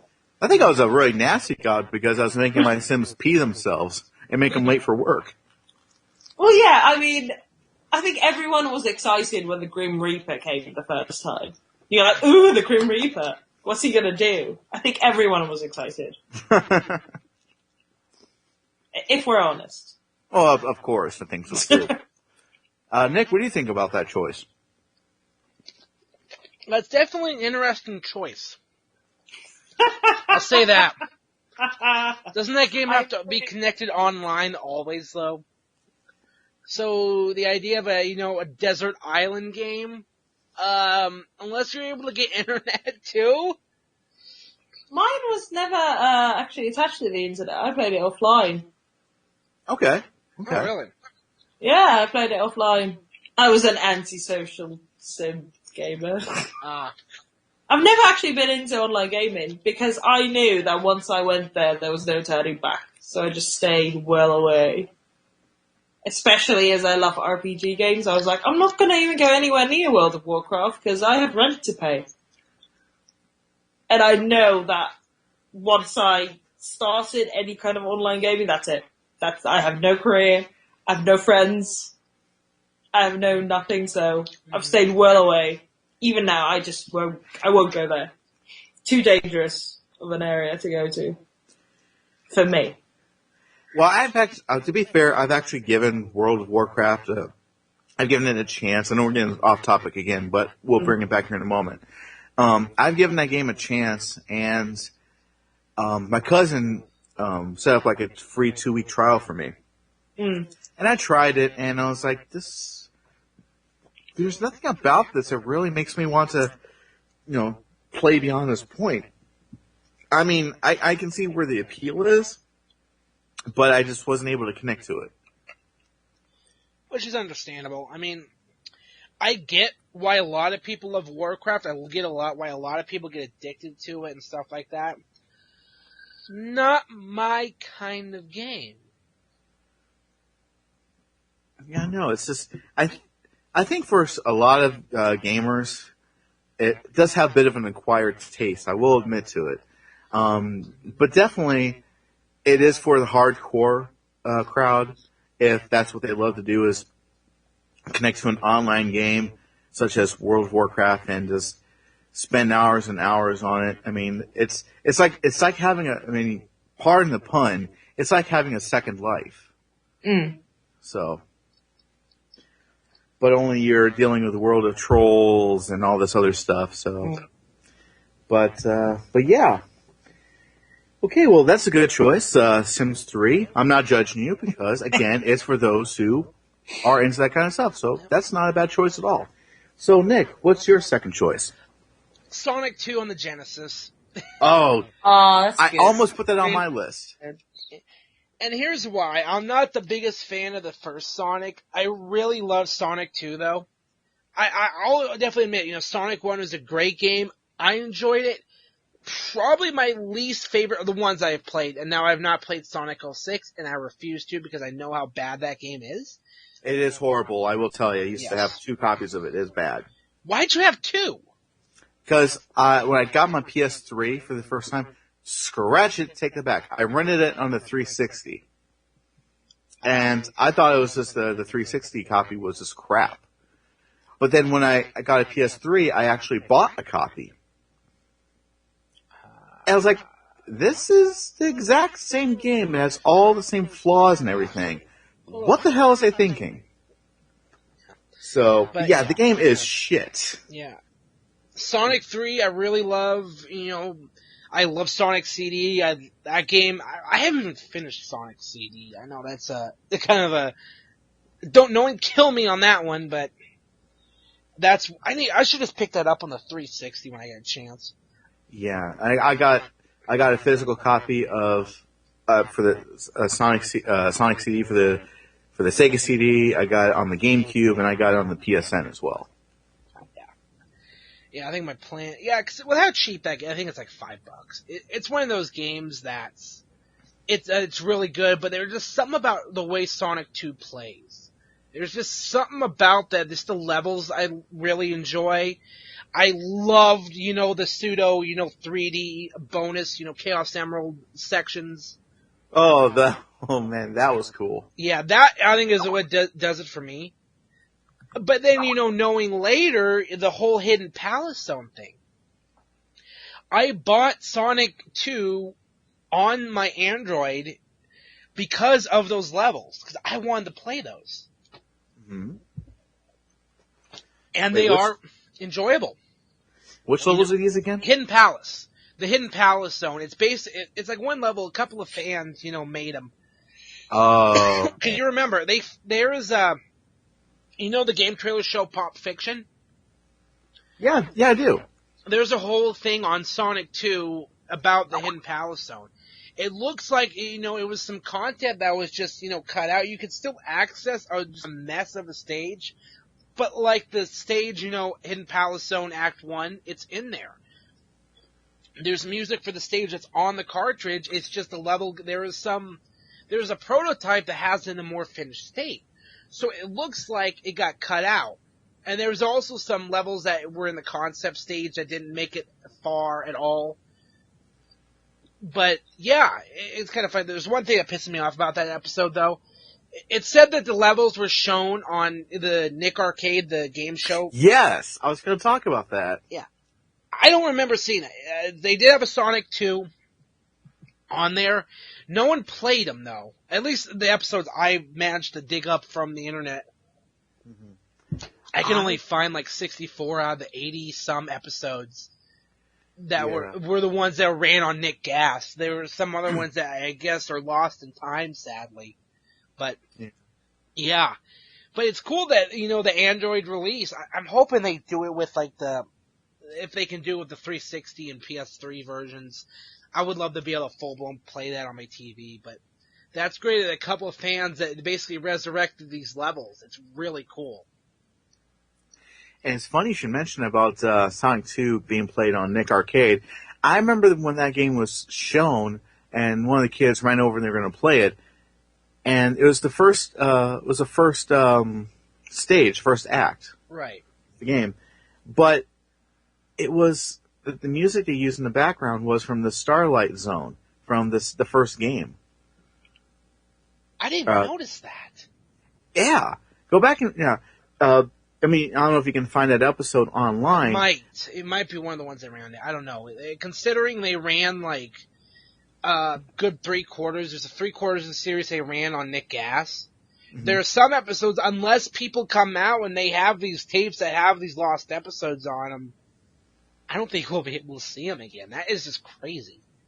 Yeah, and I remember that as clear as day. And I was like, okay, so they're just going to be using music from the first game and put it in the second one? But then I later on heard that it was actually a prototype that they were playing, an unlicensed prototype. Yeah. They obviously had some deal worked out with Sega where they could play, they could showcase the prototype, because they did it. The game definitely got some publicity because of that game show. Yeah. I mean, Sonic 2, the first game was already a household name at that point. Oh, of course. But there was definitely, some excitement like, oh man, there's a new Sonic game coming out. This is going to be great. And yeah, I mean, they use Starlight. I guess they use Starlight Zone music. That's not like that's going to be in the game, It obviously was just some kind of prototype placeholder, I guess you could put it. Yeah. But, I remember seeing that and I thought, oh, this is going to be so cool. And luckily enough, when New Year's Day came around in 1992, my mom actually rented the game for my brother and I to play. And, oh my gosh. I mean, it was great at the beginning. It's like, oh, cool, here's this new character, Tails, that gets to tag along with you. But then I realized the game is not fun if you're playing by yourself and you have Tails tagging along, because if he takes damage, he actually loses some of your rings. And I hated that. But, I mean, I just play a Sonic only, especially for the bonus stages. Cause it's a bit of like Sonic will jump and Tails will jump, so it throws off your timing. Let's put it that way. Exactly. I mean, it's great for playing 2 players, but now, whenever I play the game, it's just Sonic. That's an excellent choice. Sonic games were something I never owned myself, but every time I played them, they're so enjoyable. So enjoyable games. Oh, I totally agree. Mm. There's something about them. I would say they'd be timeless, but there's a lot of Sonic games after Sonic Adventure 2 came out where Sonic had some really shit games that came out. Mhm. So Yeah, well, at least he's finally recovered because there's a lot of ones that are come out now. You know, I heard Sonic Colors was really good. Sonic Generations is great. it is awesome. I love Sonic. Sonic is starting to recover, but yeah, there were some games that were. What's one? It's like Sonic and the Secret Rings on the Wii, where you use like tilt the Wii remote. Like I hated that. That was weird. Okay. I hated that, and then what? Sonic and the Black Knight, which basically operated the same way. I'm like, this is not fun. This is not Sonic, okay? Mm. But oh, jeez. Of course, but yeah, gimmicking the hell out of the Wii controller. I mean, when they got motion controls right from at least one of the games I've played was Skyward Sword. Wii Motion Plus. I actually pre-ordered the collector's edition for that because I need the gold Wii Remote Plus. That was It's a really cool looking Wii remote though. I like it. But yeah, that Wii Motion Plus, that's what motion controls should be. That was, it was motion controls before that, but it was still kind of waggle. This was full. You swing to the left, you swing your sword. It's just so natural. It was nice. Yeah, a lot of people give that game a lot of flack and just making it seem like Skyward Sword wasn't that great of a Zelda game, but I liked it. I mean, I don't see what the problem is. I mean, yeah, so you're swinging your Wii remote like you're swinging a sword. Oh, big friggin' whoop. What do you expect? It's on the Wii. It's still fun, though. I love it. But, let's see here. So I guess my second pick would be Doom. Not Doom 2 or the other one. Although I will say Doom 3 is pretty fucking sweet. I will say that. But the first Doom, awesome. This is basically what really, I would say that revolutionized first-person shooters. It actually kind of started back just a little bit further back with Wolfenstein in 3D, but Doom really brought first-person shooters into the spotlight. And we've had first-person shooters ever since. But this game, we've played some graphic games in the past, but this was really hardcore. I mean, you were shooting zombies, alien monsters. At one point, the game actually goes to hell. I mean, this game had a lot of, man. Oh my gosh. And that game was on so many systems. It started out as a PC game, naturally. Then they tried to port it to different consoles. I mean, they tried to do it with the Super Nintendo, which they used the Super FX chip in order to make the game work. Because this game had a lot of stuff going on. But try to get the drawing distances going on with all the corridors and all this stuff. Mm-hmm. It was an okay port, but it was very slow and very choppy. The music was great though, and it came on the red cartridge. And then they released it for the 32X, which played a little bit better, but the music, of course, since this is on a Sega Genesis system, it sounded like shit.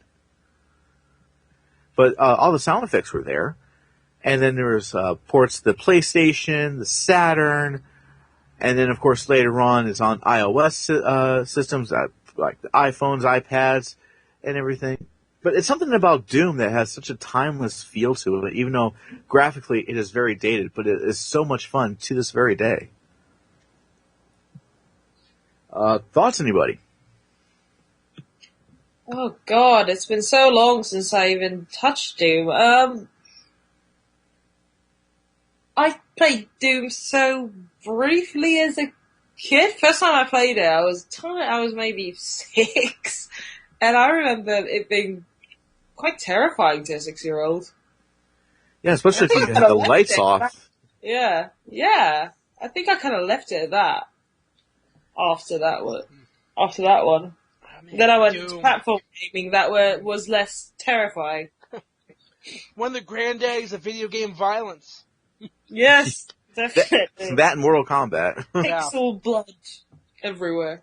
Mm-hmm. Looking now, that game is so tame. Yeah. Oh God, is it? Mm-hmm.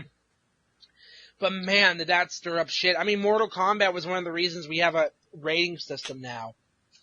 But it's funny. Oh, Mortal Kombat. Yeah. Oh, It's so funny, much you love. know, every time especially in the U.S., there's like a mass shooting every other day, it seems like.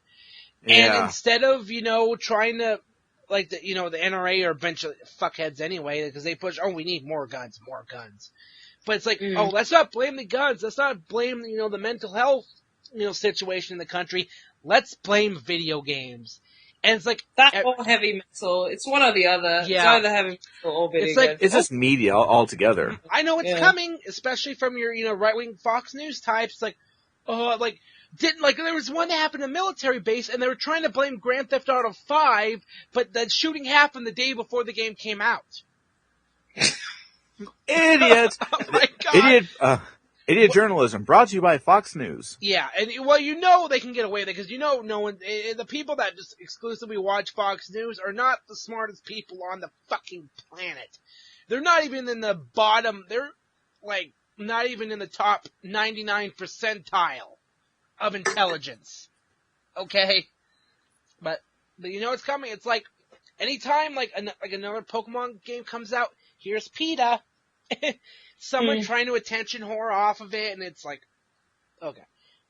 I gotta stop ranting, because I'm starting to really get an idea of a lot of shit I hate. Idiots, right-wing idiots, PETA, guys like Jack Thompson. I hate stupid people. Let's put it that way. I tell you, this is what I like to do. Put everybody that's in Fox News, affiliated with Fox News, and Kanye West, put them all in rocket shoes to the sun. That's what I want to see happen. Actually, leave Kanye. He actually owns a very distinct honor.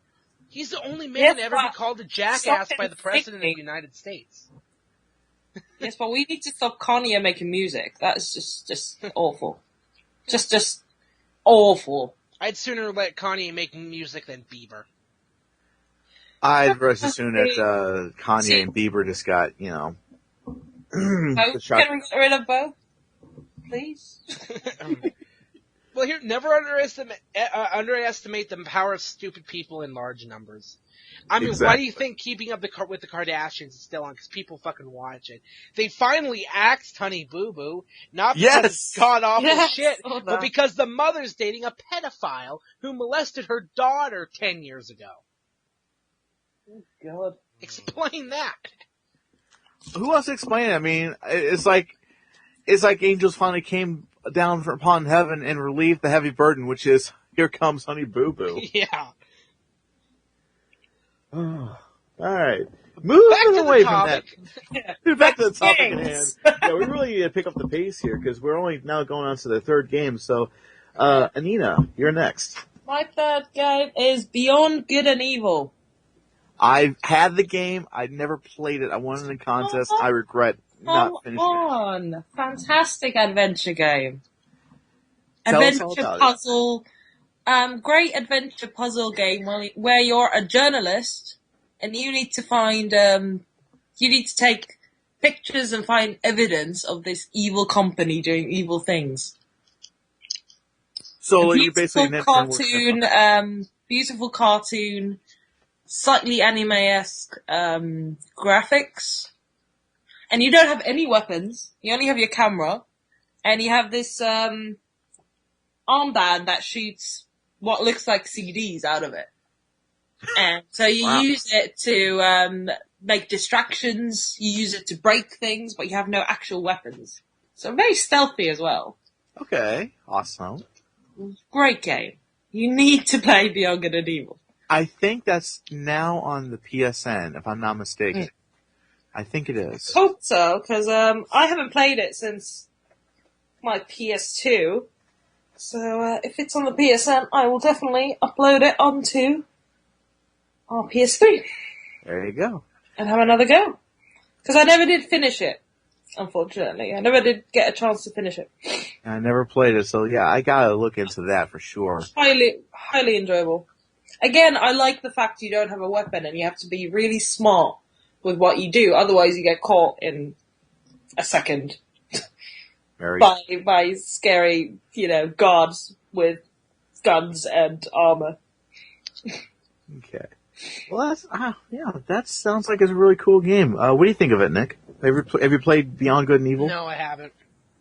All right, so yeah, definitely a recommendation brought to you by I Got Gameplay via Beyond Good and Evil. Yeah, you gotta check that game out, Beyond Good and Evil.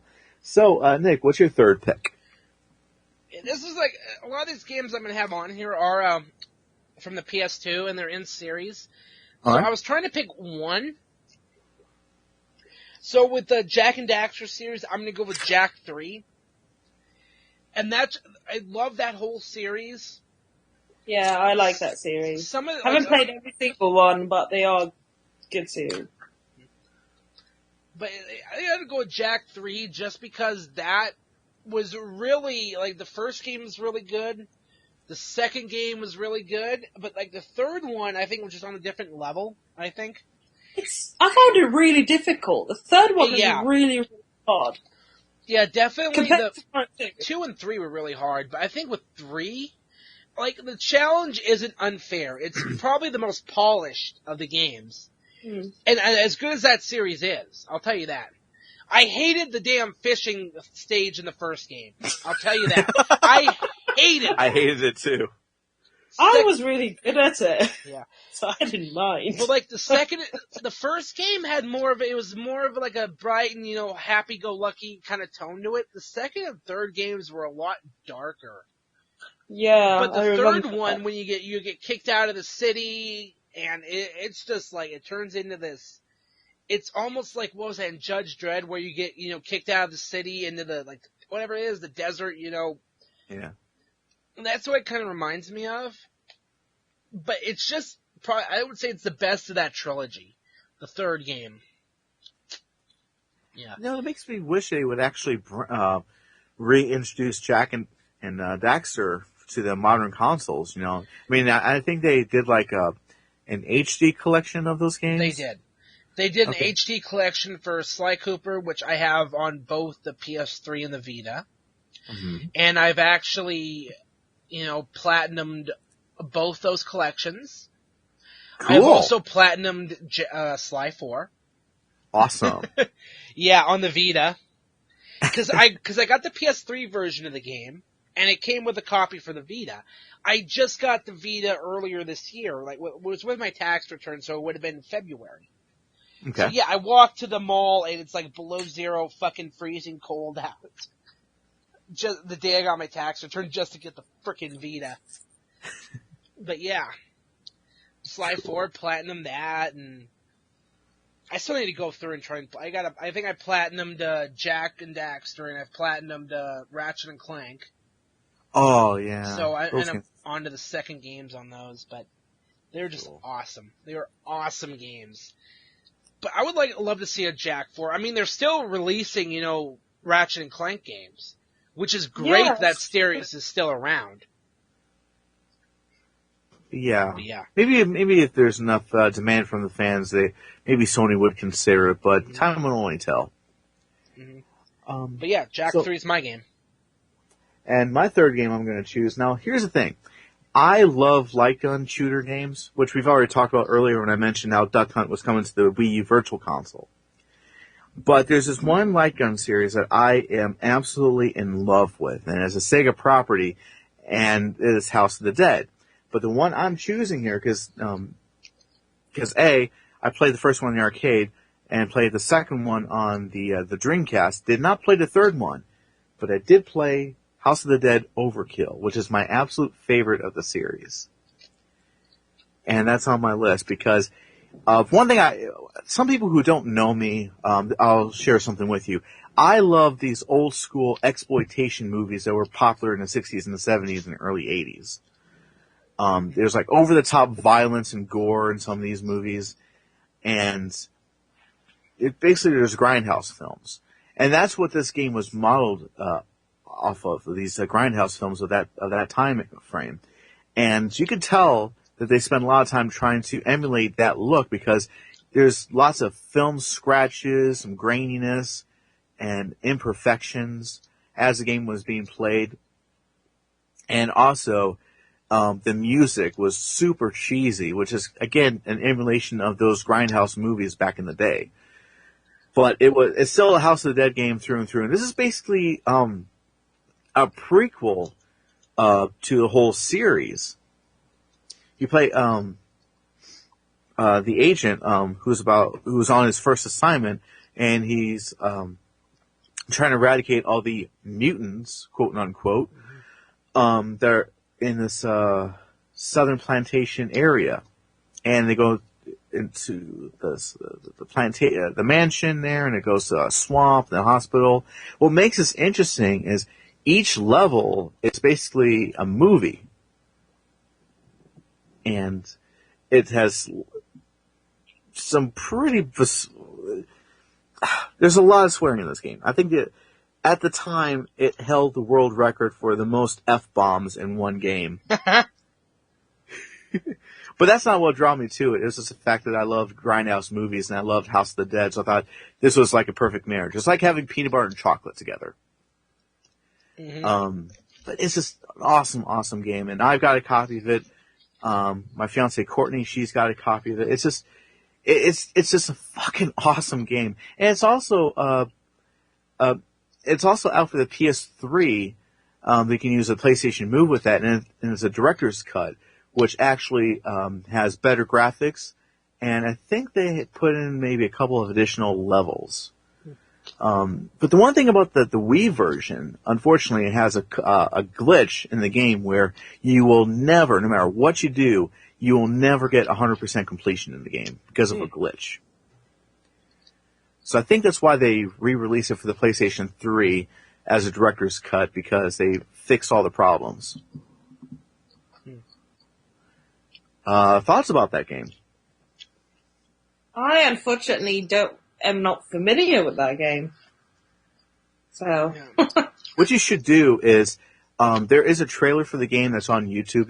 Just look up House of the Dead Overkill trailer, and even the trailer was made up to look like a Grindhouse movie trailer. It is so cool. Sounds really interesting. I'll have a look. Yeah, House of the Dead, that's like a light gun shooter, right? Yeah, it's Sega's granddaddy of all light gun shooters. I think that's the only light gun shooter that they're known for. I think. Don't quote me on that. Okay. I mean, I'm kind of interested in. I probably would just go for it on like the PS3 and then get like the Move. Mm-hmm. Honestly, that'd be a game I'd want to have the Move for. It'd be great for light gun shooters, which you should see more of on the PSN. But yeah, hopefully they would do the same thing for the PS4, because I mean, it's a dime genre, light gun shooters, but come on, there's still a lot of fun today. Even going to an arcade and playing Area 51, that game is fucking crazy, and I love playing that whenever I get to an arcade. I got that on the PlayStation. Area 51, I think I remember playing that. It was funny because we don't have, an actual, I think we have one arcade, and I saw that in there. It's downtown. It's like way on like north end of town. But I remember seeing it in a bar called the Skyline, and this was before they closed because they had a lot of problems with underage drinking. But yeah, I remember seeing it in there, and I'd be really just hammered, and I'd dick around playing it for the hell of it because I didn't care. But yeah, that's a cool one. Yeah, too bad arcades are a thing of the past, because there's a lot of those games that. Speaking of arcade games, they need to release Sunset Riders on Xbox Live Arcade and PSN. I think they should too. I missed out on that game as well, but yeah, it looks really cool. And I think, from what I understand, the Genesis version is slightly better than the Super Nintendo one. From what I heard, I might be wrong. Super Nintendo game, the one is more of a direct arcade port. Oh, okay. The Genesis one was built from the ground up. It's, the same license, but there's a lot of liberties. There's a lot of things changed. Oh, okay. And I guess it's a little easier. But yeah, Okay. great game. Well, yeah, boy. I hope they do at some point do that. But let's go on to the fourth pick. And Anita, what have you got? What have you got? I can't talk. I have probably an unconventional choice again. Seems to be my theme. I would I would pick Tetris. Okay, that's cool. Tetris is awesome. I love that game. I was a bit of a child guru at Tetris, and I just think sometimes you need something, especially on this island, you need something simple, Oh but yeah. engaging. And Tetris is something I don't think ever gets old. I don't think it ever gets old. That game has been You around. get fancy versions these days where you can do all sorts of things, but Yeah. I like the old school, simple version. I'd pick Tetris, definitely. That game has been around for 30 years. You realize that? Yeah. And I it's had it Crazy. on the PC, I had it on the Game Boy, just... yeah. I got the game on the 3DS Virtual Console, the Game Boy version. I still have the NES game and all that. But well, you of course remember back in the around 1989, there was a bit of a controversy going on with that game. Atari was supposed to. The developer of it. And Yeah. Well, yeah, I remember that controversy. yeah. For those of you who, go ahead. Sorry. No, go ahead. I'm sorry. Go ahead. No, wasn't there the thing that he's gotten maybe like a tiny percentage of the actual revenue from the game, and it isn't licensed in any way? That could very well be true because if he had license of the game today, like a little more percentage of the license, dude could have been a fucking billionaire by now. Mm-hmm. But what I was talking about is when the game was coming out for the Nintendo system, there was a bit of a controversy with that. Atari was at one point had the license to bring the game to the NES, and of course they're releasing it through their Tengen label. But then, I guess Nintendo was going to release their version of Tetris because they were claiming they were the ones who had the copyright, the permission to release the game. And then they went to court and come to find out that Nintendo did have the license after all, and Atari was forced to take the game off the shelves. Take the version off the shelves. And by the way, if anybody has a complete boxed edition of the Tengen version of Atari or of Tetris, that is a huge collectible. That's worth a lot of money. Yeah. But Tetris. It's one of the easiest puzzle games, and it's also frustrating too. But it's so much fun. All right. So we'll move on to Nick. What's your fourth pick? All right. On the Xbox 360, Brutal Legend. Yeah. Yeah, let's hear it because that's a game that Jack Black voiced the main character, right? Yes. He is this, he's basically a roadie for a band. He gets sucked into this Lord of the Rings metal world. The whole world revolves around music, rock music. So, like, the guy, like, what is it? Ozzy Osbourne is I forget the name of the character. He's the Lord of the Dead. He's like the guy that you buy all your upgrades with your magic axe from. Cool. The soundtrack is all these just great rock tunes. From, Dragon Force to Lita Ford, to, like Def Leppard, just all these classic rock songs. I mean, it's great. Dude. It's, third person action game. The humor is awesome. I still use the term cubic butt load to this day from that game. Oh but my it's gosh. one of those, like, all the imagery in the game, it's very, metal-esque, I guess you could put it. It's basically like a fantasy world. It's only like Lord of the Rings, just meet rock music. That's what it is. Like Lemmy from Motorhead is in it. It's one of those games that is, it's great, but there's like a really weird glitch with it. Once you complete 84% of the game, if you like turn this, like if you back out of the game, you go play something else and then you come back or whatever it may be, you can't reload that save file. Oh no. Yeah. You have to go in, you have to start back at the last chapter you left off. So it would be kind of a bitch to get 100% on it and get that achievement, but if you got the time, go for it. This is one of those games you can find dirt cheap now. It's great. And I think it's basically what I remember that since we already mentioned that Jack Black plays the main character, I also heard that Kyle Gass of Tenacious D is also in the game too. I think so. Yeah, I think he plays one of the I forgot what character. It's like a goblin or something. Yeah, I think so.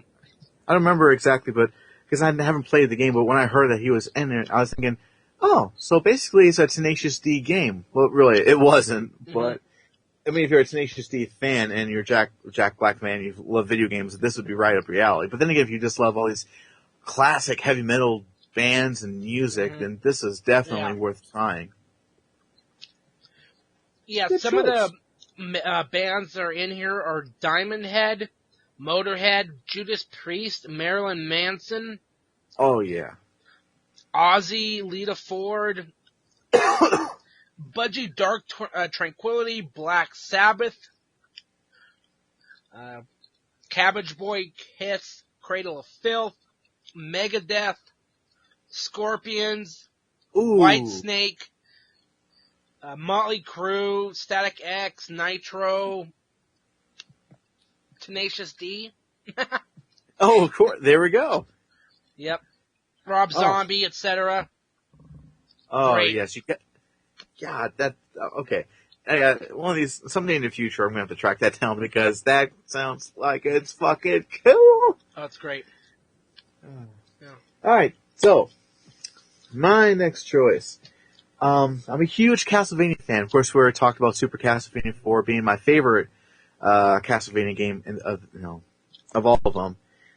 So I kind of figured that was going to be chosen by somebody else. So, with that being said, the next Castlevania game that I really love a lot is Castlevania Bloodlines for the Sega Genesis. Ooh. Okay. That game, I mean, it's fun, but it, just like any other Castlevania game, it is extremely hard. Even on the easy setting, it is hard. And actually, this game, I mean, even on Super Castlevania 4, you could actually whip in 8 different directions. You sort of can whip in multiple directions in this game. You can whip, of course, forward, and you can sort of like whip diagonally up to the right and to the left. You can't whip up or whip diagonally down, left or right, but you can whip downwards. But it's pretty limited. I would have loved that they would have just kept it as 8 different directions, but whatever. But regardless, this game was pretty cool. You can actually choose between 2 characters. You got John Morris and Eric Lecard. Right. Each of them have their own different weapons to use in the game. John Morris uses the Vampire Killer Whip, and Eric Lecard, he actually uses this staff. Right. I forgot what it is, but it can be upgraded to be a very powerful weapon, just like with Whip can be upgraded. But this game really did showcase some of the things that can be done on the Sega Genesis. The scaling in the game was incredible. Excellent music. I mean, the Genesis is known for churning out some very tinny, distorted tunage with some of the games. This one actually did a fairly good job with its music. And actually, it's towards the end of the game, you actually get to hear Simon's theme from Super Castlevania 4 in this. And it's a really nice rendition. But it's a really fun game. And what's really cool, well, I should say cool, what makes this game better here in the United States is it actually has the blood and gore in it. Because in any other territories, I think it's like in Australia, and I think it's also in Europe, they actually had to tone down some of those graphic things that were in the American released version. For one thing, they changed the name from the game to Castlevania: The New Generation. And on the title screen, you saw a pool of blood, and blood was dripping from the logo. In this game, they actually turned that pool into a nice blue color with nothing dripping. And anything that was in the game that was bloody was removed. And anything that was religious or spiritual, they had to have that censored. Mm-hmm. So, regardless, it's still a fun game no matter where you're from, what version that you have. It's very hard, like I said before. And I came very close to finishing the game at some point, but I never did. But yeah, Castlevania Bloodlines. What are your thoughts on that? I've messed around with it a little bit on an emulator. It's enjoyable. It's something I still need to pick up for the Genesis, because I do have this. I have a Genesis that I only picked up in the last year. I know I'm really late to the party on that one, but I got a Dreamcast before that. It was like, just kind of me going through, kind of getting the systems I wanted as a kid but never had. Yeah. So, yeah, that's definitely one of those games on my to get list. I mean, I managed to pick up Rocket Knight Adventures. Oh, I saw that. How is it? It's great. It's a great game. Yeah. Very enjoyable. Yeah. And I think going back to Castlevania here, I think it's one of those games where if you were to find it complete on eBay or something like that, you have to pay quite a bit of cash in order to get it. Yeah. And I'm actually one of the lucky ones who has it complete. But yeah, this is one of the coolest games. Nina, have you ever played that game before, or the censored version, the New Generation? I get Castlevania games confused with each other. I've only played one of them on the PS2, so one of the more recent ones. I really enjoyed that one, but I haven't played the older ones, I'm afraid. Just because, yeah, they're hard to come by, and especially, well, back in the day, when I lived in Finland, I saw that one Castlevania game. Like, I didn't hear about that game series until I really moved to London. So, that's the downside of living in a tiny country, is that we don't get everything. They just no. Well, I'm sorry that basically it sounds like you got cheated out of it, because I think you would have enjoyed it. I did, yeah. But thankfully, since we live in this digital age, you could do what Nick did and just download an emulator. I think I will, because I do, the one I played on the PS2, I love the gothicness, sort of gothic vibe of it. Oh, yes. That really floats my boat. There you go. But that's one of the games that was really struggling from the beginning when it was making that transition from 2D to 3D.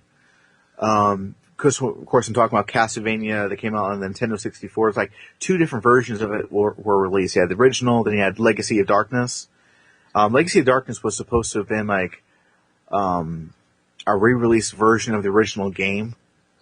At least that's what I thought it was. But it actually had 4 characters in the game. But regardless, both the games still played like crap from what I understand. Because I had the first game. It was terrible. But it wasn't until sometime in the PS2 era where they actually kind of made it work as a 3D game. And then, of course, we got Lords of Shadow and Lords of Shadow 2 that came out on the PS3. And I think it's on Xbox 360, if I'm not mistaken. But, yeah. Castlevania Bloodlines, awesome game. So, Nina, we're now heading into the middle of the road. What's your 5th pick? My fifth pick is Final Fantasy X. And I know everyone says that their favorite one is Final Fantasy VII. Well, mine is 10. So, Or 3. suck it. But Well, actually, I've never gotten my hands on 3. okay. Now, before we continue, now, Nick, are you talking about Final Fantasy VI? yeah, 6 or 3 in the U.S. I know Yeah. the numbering system, it's weird to think about, but I need to pick up the 10-10-2 HD collection. I do too. 10-2, not that good, but 10 is fabulous. I played the first chapter of 10-2. I'm not the biggest fan of action RPGs like that. Like what the battle, so like active battles, whatever it's called. Turn-based battle. Yeah. I mean, turn-based. Not turn-based. Like active turn-based. If you know what I mean. How 10-2 is. Oh, I know what you mean. I like what they did with Parasite Eve. Yeah. Yeah, something like that. I know what you're talking about. Yeah. Yeah. It's 10 time-based. was, straight turn-based. Classic. Yeah. It had more of an active, role in 10-2, which is okay, but I'm not, too.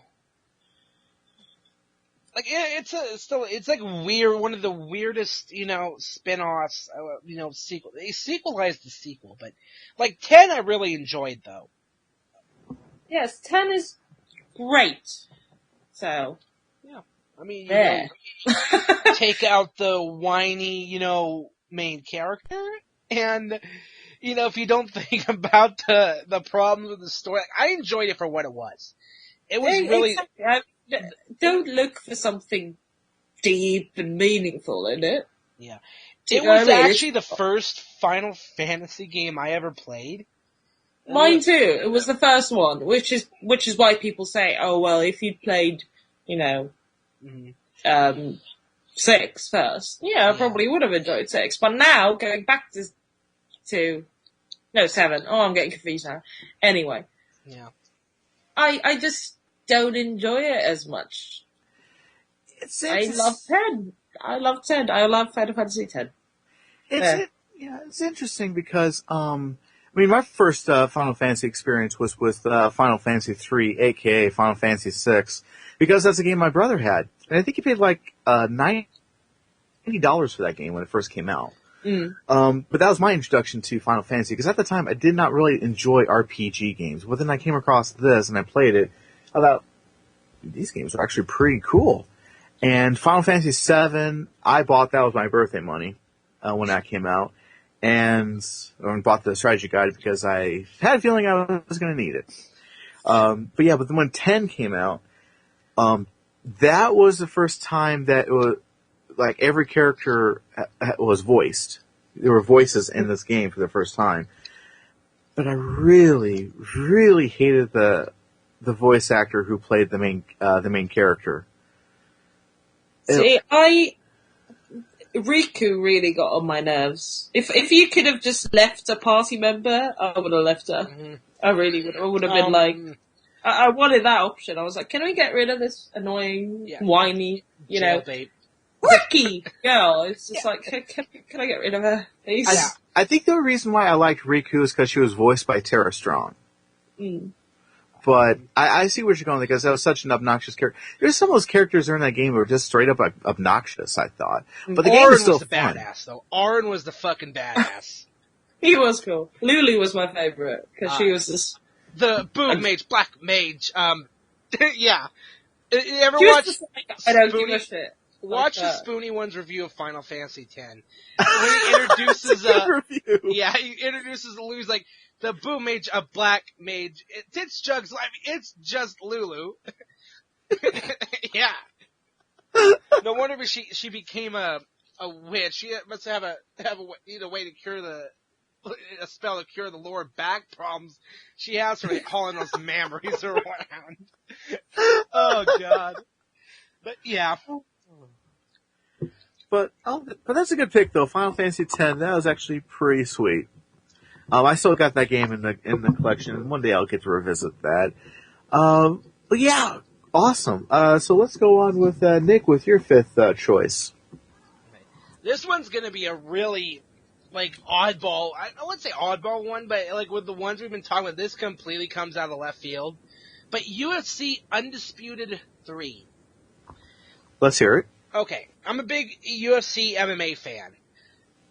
When I found out that I walked into a GameStop one day and I saw they were taking pre-orders for UFC Undisputed 2000, UFC Undisputed 2009. So obviously I put my money down and I pre-ordered it and I absolutely loved it. I mean, with how big UFC is, now and how big it was getting, now around Montana, MMA is really big. We have our own promotion that runs, MMA fights. Oddly enough, one of the guys that was signed to Bellator a few years ago, I went to high school with. So, yeah, one of the guys I graduated high school with was fighting on Bellator, which is, the second biggest MMA promotion in the country. But 2009 came and gone, and then 2010 they improved it, and then when Undisputed 3 came out, that is the best UFC game that has come out. And they had done UFC games before. They were more, arcadey style fighting games. But by the time the Undisputed series came down, they were very technical. They were very polished, very well done. And Undisputed 3 is amazing. And I'm probably going to end up, because I'm picking up EA UFC when I get the Xbox One. So I'll obviously, and that's the reason that all of a sudden I need to start getting a push to get an Xbox One, because it's only released on PS4 and Xbox One. It's not on 360 or PS3, but yeah. When THQ went under, EA picked up the UFC license, 2K got the WWE license. I still need to pick up South Park Stick of Truth. I still see the collector's editions in GameStop. They have a few of them in there that I need to pick up, because I want that Cartman statue. Yeah, I've wanted to get that Cartman bust as well, but I just picked up the game itself, and trust me, you're gonna love it. Because that should have been on my list, South Park: The Stick of Truth, because that game, seriously, it looks just like you're playing watching an episode of the show. It is that gorgeous of a game. But yeah, you gotta check it out. It is so damn good. Mm-hmm. But yeah, UFC Undisputed 3, that's one of those games that it's, it could be a competitive fighting game, if you think about it. Because there's a lot, it's very technical, there's a lot to learn. It's not like fast-paced like Street Fighter or Mortal Kombat or Killer Instinct. It's a really well-done, polished game. It is a lot to learn. It's fairly easy to pick up and play, but very difficult to master. Let's put it that way. Yeah, that's a lot of those types of games, like UFC, and even like when EA was releasing those Fight Night games, those boxing games. People would just think you're just throwing punches, but no, there's a lot of strategy that's involved. But I think it's one thing that EA excels at when they make all these games. Is they always try to find ways to implement strategy where you're not just going in thinking it's going to be a button masher. No, you have to actually use your head. Yeah. And that's what made Mike Tyson's Punch Out series so great. Is it's not a button masher. There's a lot to know. You got to know what the hell you're doing, or you're going to get knocked the fuck out. Exactly. And it's funny you should mention that, because I was playing Super Punch-Out. That game, oh my gosh, that's really hard. It's harder than Mike Tyson's Punch-Out. And you're talking to a guy who actually has beat Mike Tyson on numerous occasions. God damn it. I can't even do that. Fucking hell. When I was a kid, I could easily just whip through that game and all that. But now I've gotten older. I don't have that game any longer, but I've got the one featuring Mr. Dream, which is basically just a reskin Mike Tyson, which is a reskin of Piston Honda. Right. But I can't defeat Mr. Dream. I don't know if they just changed it or whatnot, but I can't beat Mr. Dream. So, might have to do that as a Let's Play in the future. But anyways, my fifth choice, I was trying to think of what Mario game to throw in here, but on the list I did for Desert Island games, I actually chose one of my favorite Mario games of all time. This was my second choice, and it's Mario Kart 64. Okay.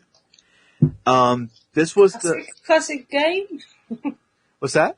Classic game. Oh, in every sense of the word.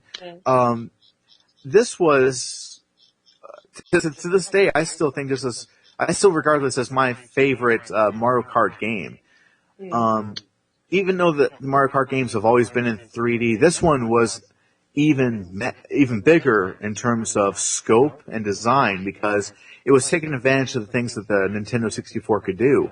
No longer were you on like a flat plane just simply turning the screen to move your character around. You were actually going up hills and going off cliffs and all that stuff. And in some occasions, you might even fall off the Rainbow Road if you're not careful.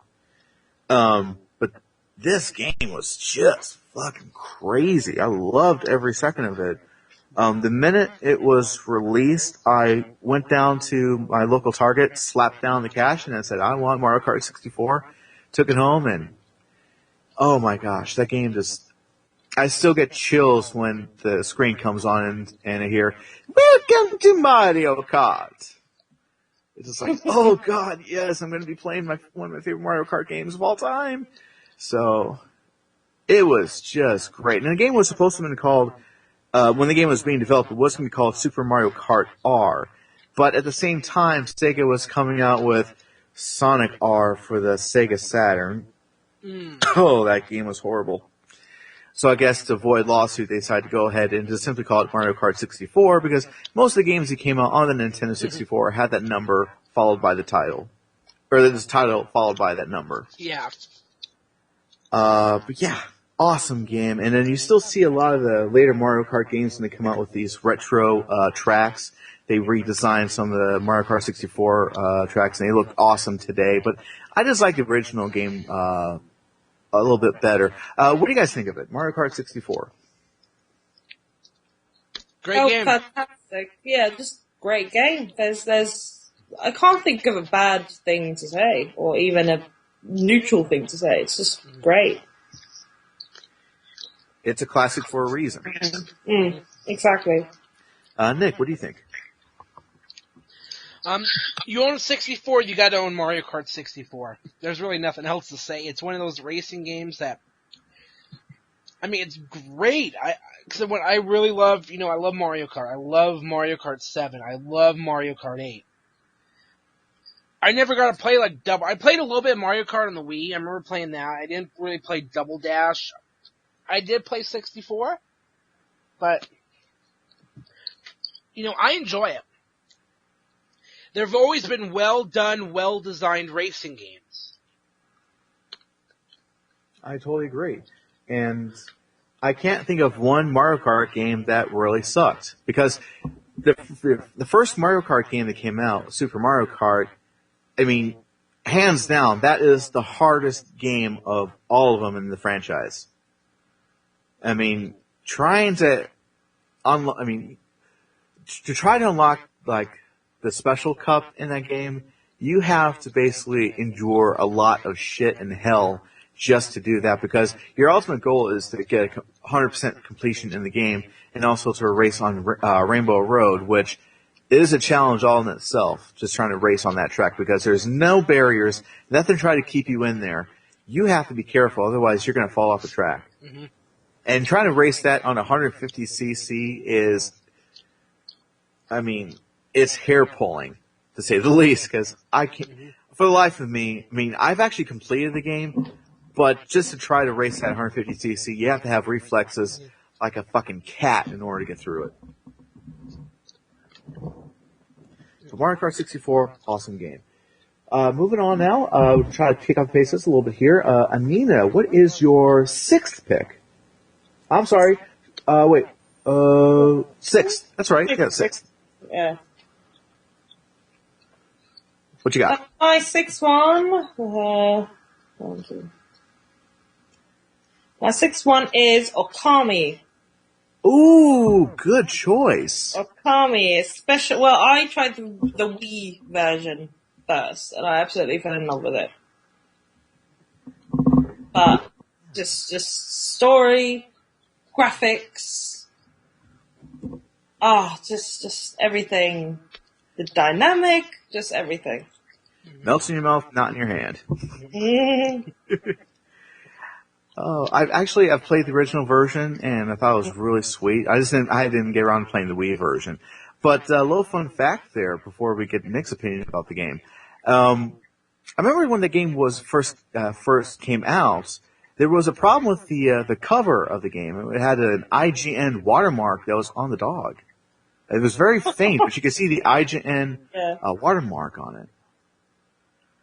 So that led to some speculations that somehow IGN was involved with the game or something. But I thought, ooh, okay, that's the first time I've ever seen a magazine publications logo on a box, on the front cover of a game. So I thought that was kind of strange. But Nick, what do you think of that game? Okay, which game is this? I kind of drifted out there for a second. Okami. Okami. I really have no opinions on it because I've never played it. You're missing out. All right, so since since he hasn't played it, try selling it to him. I'm so bad at this. I'm like the worst salesperson on the planet. Imagine a game where everything looks like a Japanese painting, and you are a wolf god, and you have to make the world alive again. And you battle these demons, and you're basically a wolf. So your weapons are, you have beads or you have swords, but you also can poo and pee on people. Okay. Yeah. Sold. Your poo is your weapon. Yes. Exactly. And you can also, there's a button just for barking, and barking does nothing. And that, I just find that really nice, that there's just a button that does no it's like reason. the crotch grabbing from Moonwalker. Yeah. Just, oh! Crotch grabbing, like, no reason, other than Michael Jackson does it. Yeah. Explosive poo, that's your reason to play Okami. Sold. Oh, all right. Okay, so Nick, what's your sixth pick? Alright. Let's see. A Link to the Past. Oh yeah, there's no argument here. That's an awesome game. Oh yeah. One of those great... I mean, the first time I really played it was the Game Boy Advance remake, so I spent a lot of time to and from school on the bus playing that sucker. So, that is one of those games that is just amazing. It's honestly, honestly, if you have a Super Nintendo and you don't own that, rectify that immediately. I know a lot of people will say, including one of my fellow co-hosts from the users and on Hey Listen, will say his favorite game is Ocarina of Time. So, Chrono, there's a little shout out there if he's even listening. Yeah. But, yeah, he loves Ocarina of Time. Like, and there were people, I remember we had a Bracy, Retro Snow on one time, and we were talking about, like, the differences, going from 2D to 3D. So we're talking about, like, Super Castlevania 4, going, Symphony of the Night, stuff like that. And I remember saying, I mean, as much as I love, Symphony of the Night, I gotta say I like Super Castlevania 4 better. It just seems like those early 3D games, they were done well. I mean, they hold up. But there's something about how that classic 2D was. And I mean, that game is so good. They remade, not only did they, poured over like the Game Boy Advance stuff like that. But I still need to play A Link Between Worlds. I do on too. The 3DS. Man, I'm so far behind. I mean, with that, money has just been so fucked for like, especially for the last almost a year. I would say it's just been it's been a really weird year, just money wise, jobs, shit like that. So I haven't gotten to play a lot of the games that have come out that I wanted to play. So like A Link Between Worlds, Bayonetta 2, I still need to pick up. Yeah. So stuff like yeah. Link to the Past. Period. There's no question.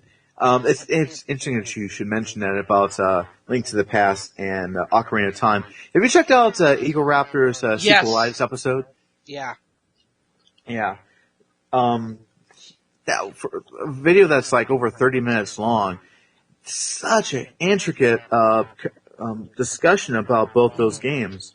And if anybody who hasn't seen that, I mean, you're missing out because Aaron Hansen, aka Eagle Raptor, he has such a intricate goes into such detail about both of these games and why they work in their own fields. And of course, he's always dissing on Skyward Sword, but whatever. But Link to the Past, I think between those two, that's the one I would always play because I think that I get a better Zelda experience from that game than I do with Ocarina of Time. I know that's kind of controversial to say. Well, yeah, I mean, I really like Ocarina of Time. I love it on the 3DS. I mean, will I ever maybe go back and play the one on the N64? Maybe, if I'm in that kind of mood. But it seems like, just with how well, Ocarina of Time was remade, how beautiful that game is, and I guarantee you, Majora's Mask is gonna look a lot better. I mean, now that the 3DS has been out a couple years, developers really know how to program for that system, and they're really going to start to know how to get the most out of it. So we're really, with Majora's Mask 3D, we're really going to start to see what that system is capable of. Exactly. And of course, Nintendo is coming out with another 3DS system here in the States the beginning of next year, which actually makes the 3D portion of the system a hell of a lot better. What better way to celebrate that than with Majora's Mask? So, wait, that new 3DS comes out the beginning of 2015? That's what I have heard of what I'm understanding. And it's going to be great because finally I'd be able to play 3D games on that system where I don't have to have it at a fixed viewing, have it fixed in front of my face at a certain way. Because if anybody has a 3DS, they know this. If you put it in 3D mode, if you just move it a little bit out of move it a little bit, it's not 3D. It looks. How much is it supposed to be? The system, the new 3DS. I think it's going to be about 200. I think it is. Okay. But it's also going to have a little circle button that's going to be on there. It's actually like the circle pad that was supposed to be. That was the Circle Pad Pro thing. Yeah, that's it. Yeah. And I mean, and what I understand is not just that they're adding the second circle pad and the extra buttons, is that it's going to be more powerful. It's going to be more processing power, stuff like that. It's supposed to make the games run a little bit load a little bit faster, and there's going to be some games that are going to be exclusive to that version of the system that won't play on any other 3DS. Right. I know Switch. Xenoblade is one of them. Yes. So I didn't jump on the XL. I didn't care. I'm happy with my little, blue 3DS I bought in 2011, about a month before Mario 3D Land came out. It's well worn, well used, but I enjoy it. Yeah. But, Nintendo's given me it's not like, I mean, when I went from the Game Boy Advance to the Game Boy Advance SP, it was just because of the backlight, and I was fine with that. The backlight and all that. But I had the DS Lite. I was happy. I didn't care about the DSi or DSi XL. I got the 3DS. I didn't care about the 3DS XL. Mostly because I didn't know about, about transferring all my stuff over, so I didn't know how that was going to work. Yeah. But, I mean, the new 3DS, you're giving me upgraded hardware, you're giving me more processing power, you're giving me a second analog stick deal. You're also going to throw in games that are only going to be playable on that. So if you end up, I'm not too interested in Xenoblade, to be honest, but if they, throw a Mario game or something, or they throw, Zelda or whatever it may be that is exclusive and it's only going to be playable on that system, well, you've sold me. They've sold me on the new 3DS, period. I should be able to play Kid Icarus Uprising. That's another game I need to fucking play. Oh, that's going to be awesome on that system when you think about it. Yeah, second analog stick. I don't have to get the stupid Circle Pad Pro or whatever, so... And like I said, the 3D is going to be vastly improved, so that's going to be great. It's great. But if Nintendo happened to be listening, I was saying earlier that I would like to play Super Mario Sunshine again. If you guys could port that to the 3DS, I would be eternally grateful. Just saying. But we'll move on to my sixth pick, and this one's going to come completely out of left field. I'm a huge fan of Batman. Okay, I love the universe. I love the characters. My favorite villain couple is the Joker and Harley Quinn. Mine too. There we go. In fact, if I were to have a dinner party with those two invited, they would be sitting next to me and my fiance. Just saying. But there's one particular game that I love. Now, when Batman Returns, when that movie came out, there was different types of versions of that game that came out on different systems. It was on the the Sega Master System, the Genesis, Super Nintendo, and Sega CD. But the Super Nintendo version, this isn't the one I picked. I didn't pick this one. This one was a little different because it acted like a beat 'em up, which is pretty cool, like an arcade beat 'em up like Final Fight. That's a really great game. But the one I actually chose, and this is really crazy, I know for a lot of people, so I'm going to get a lot of hate for this. I actually chose the Sega CD version of Batman Returns for a couple of reasons. Number one, it had exclusive driving levels. Okay. Which is really cool. You couldn't get that on the Sega Genesis, the Genesis version of the game. Although there was some driving in the Super Nintendo game, it was alright. But another thing that really sold me on the Sega CD version of the game is the soundtrack. Oh god, that soundtrack just... Oh, that was the great thing about the Sega CD, is you could get higher quality music. So, like, you had games like, okay, for anything, like Sonic CD had really great music. You had, Batman Returns, the music was better. I know there was Adventures of Batman and Robin, that was released on, like, the Super Nintendo and Sega CD and stuff like that. Yeah. That had kind of, a beat 'em up, and it was, based on the, the animated series, which was fucking awesome. Yes, it was. And I actually got the Adventures of Batman and Robin on the Sega CD, and that's just a straight up driving game. Nothing wrong with it. It's hard, but what made that game really cool is that exclusive animation segments that were made for that game. Mm-hmm. And it's a lot of fun to play. But Batman Returns for the Sega CD, I freaking love it. It's Batman a difficult on the game. NES. That's probably one of my favorite Batman games. I've never played that. I want a copy of that so fucking It's brutal. bad. It's absolutely fucking brutal. It's brutally hard. It's unlimited continues though, which is great. But the Joker will fucking kick your ass till diarrhea comes out your dick. Okay.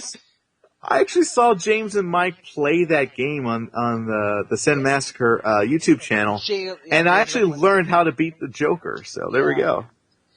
Yeah, that is great. I think it was like Mike's, like they only do like one more time before he had to leave, and they fucking did it, which is great.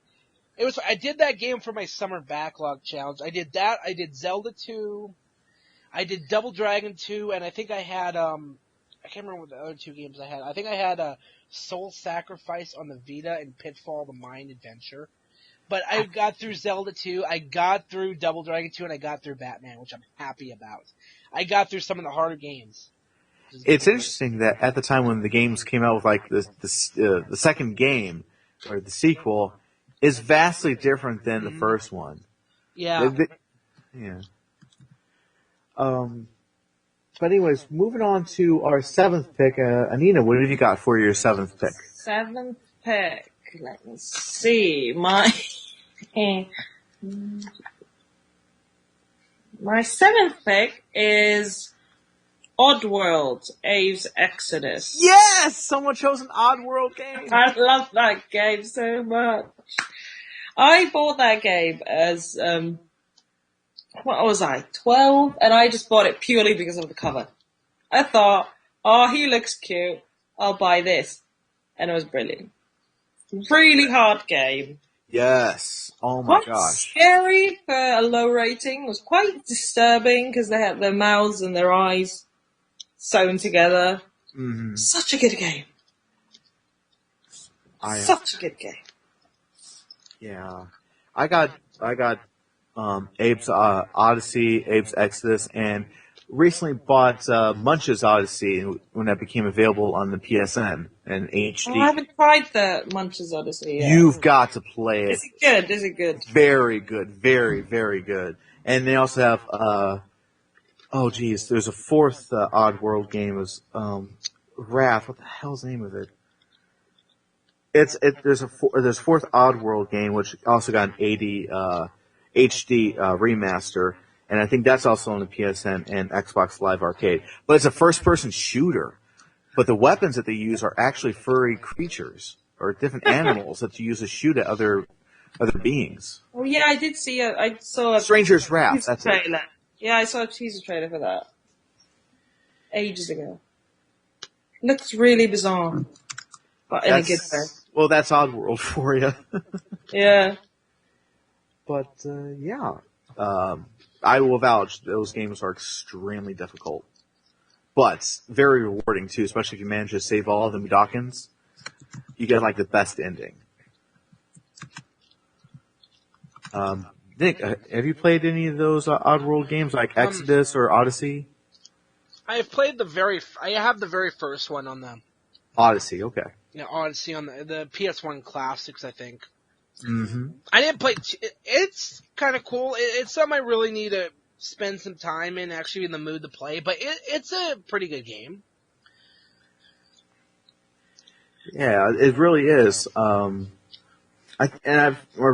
I recall this correctly, Lorne Manning, the creator of Oddworld, he did all the voices.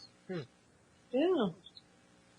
So good on him, and he's an awesome dude. And they are going to be re-releasing Abe's Odyssey. I think it's already out on on PS4 and Xbox One. I think, and they're working on trying to get that out for PS3, Xbox 360, and the Wii U. So I hope they do that real soon. But yeah, Abe's Exodus, I really like that game a whole lot. Mm. All right, moving on. Nick, what's your seventh choice? All right. So here we go again. They're in one of those series, and I was debating because with the Sly Cooper games I played as a kid, as I played through, I went through and I loved the first one, loved the second one, but I have to go with the third one. And that's just because that's where the game really got polished, where it really just shined. The humor was great. The art style, I've always loved the cel shaded, art style. That's why it still holds up, even those versions. PS2 versions hold up really well. The HD remake, remaster looks amazing. But I think, Sly 3 has just some of the funnest, gameplay. It's not just, Sly, Bentley, and Murray trying to, because you're trying to get into the Cooper vault. You end up having to recruit other people. So you recruit Dimitri, who is a bad guy in the second game. You end up having to recruit the Panda King, of all people, who was one of the guys that killed Sly's parents and stole the Thievius Raccoonus that you have to go and kick the crap out of in the first game. So then they all have their different, styles. They all have, their different specialties, and it's just one of those games that, it's great. I'll tell you, I definitely think between that and Thieves in Time, the fourth one. And that's just because with Thieves in Time, just the idea that you're going through history and you're meeting up with, Sly's ancestors.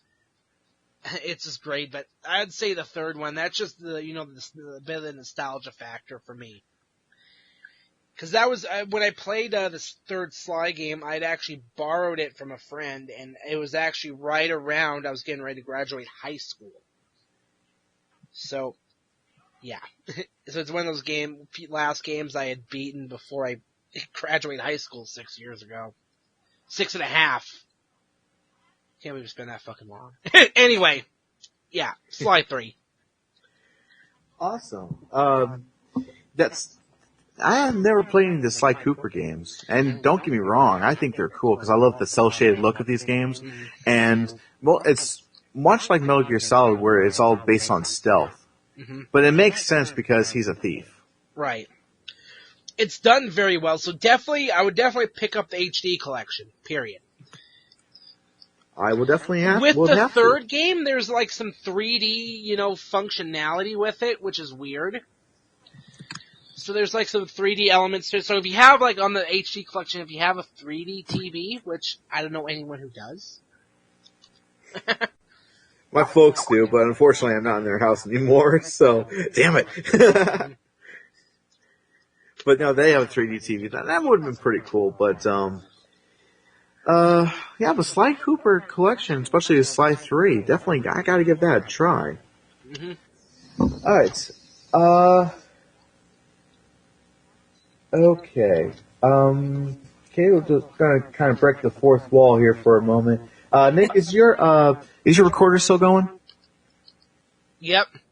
Okay, because mine just crapped out on me, so it looks like it says stopped working. I was like, shit. But that's okay. We'll keep carrying on here. Yep. God damn, we're really going up the list here. My seventh pick.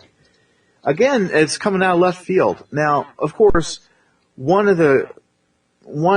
game franchise that a lot of gamers are familiar with, as well as movie nerds, is Star Wars. And there's a lot of really great Star Wars games that have come out through the years. I remember when Star Wars Arcade came out. I think that was like the first official Star Wars game ever to be released, and they've just gotten better with each progressing game series. But the one I absolutely love the most, and it's kind of an obscure title. This came out on PC, the Sega CD, and 3DO, and I'm talking about Rebel Assault. Okay.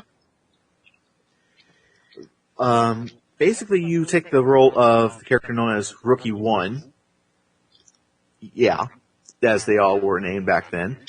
And you basically are you want to be a pilot and a fighter with the Rebel Force, and you start off with these missions where you're just learning how to fly your aircraft and how to shoot objects, and then right after, I think it's like the 6th chapter, that's when all hell breaks loose, and then you're thrust into the universe, and you actually have to start going on all these missions to defeat Darth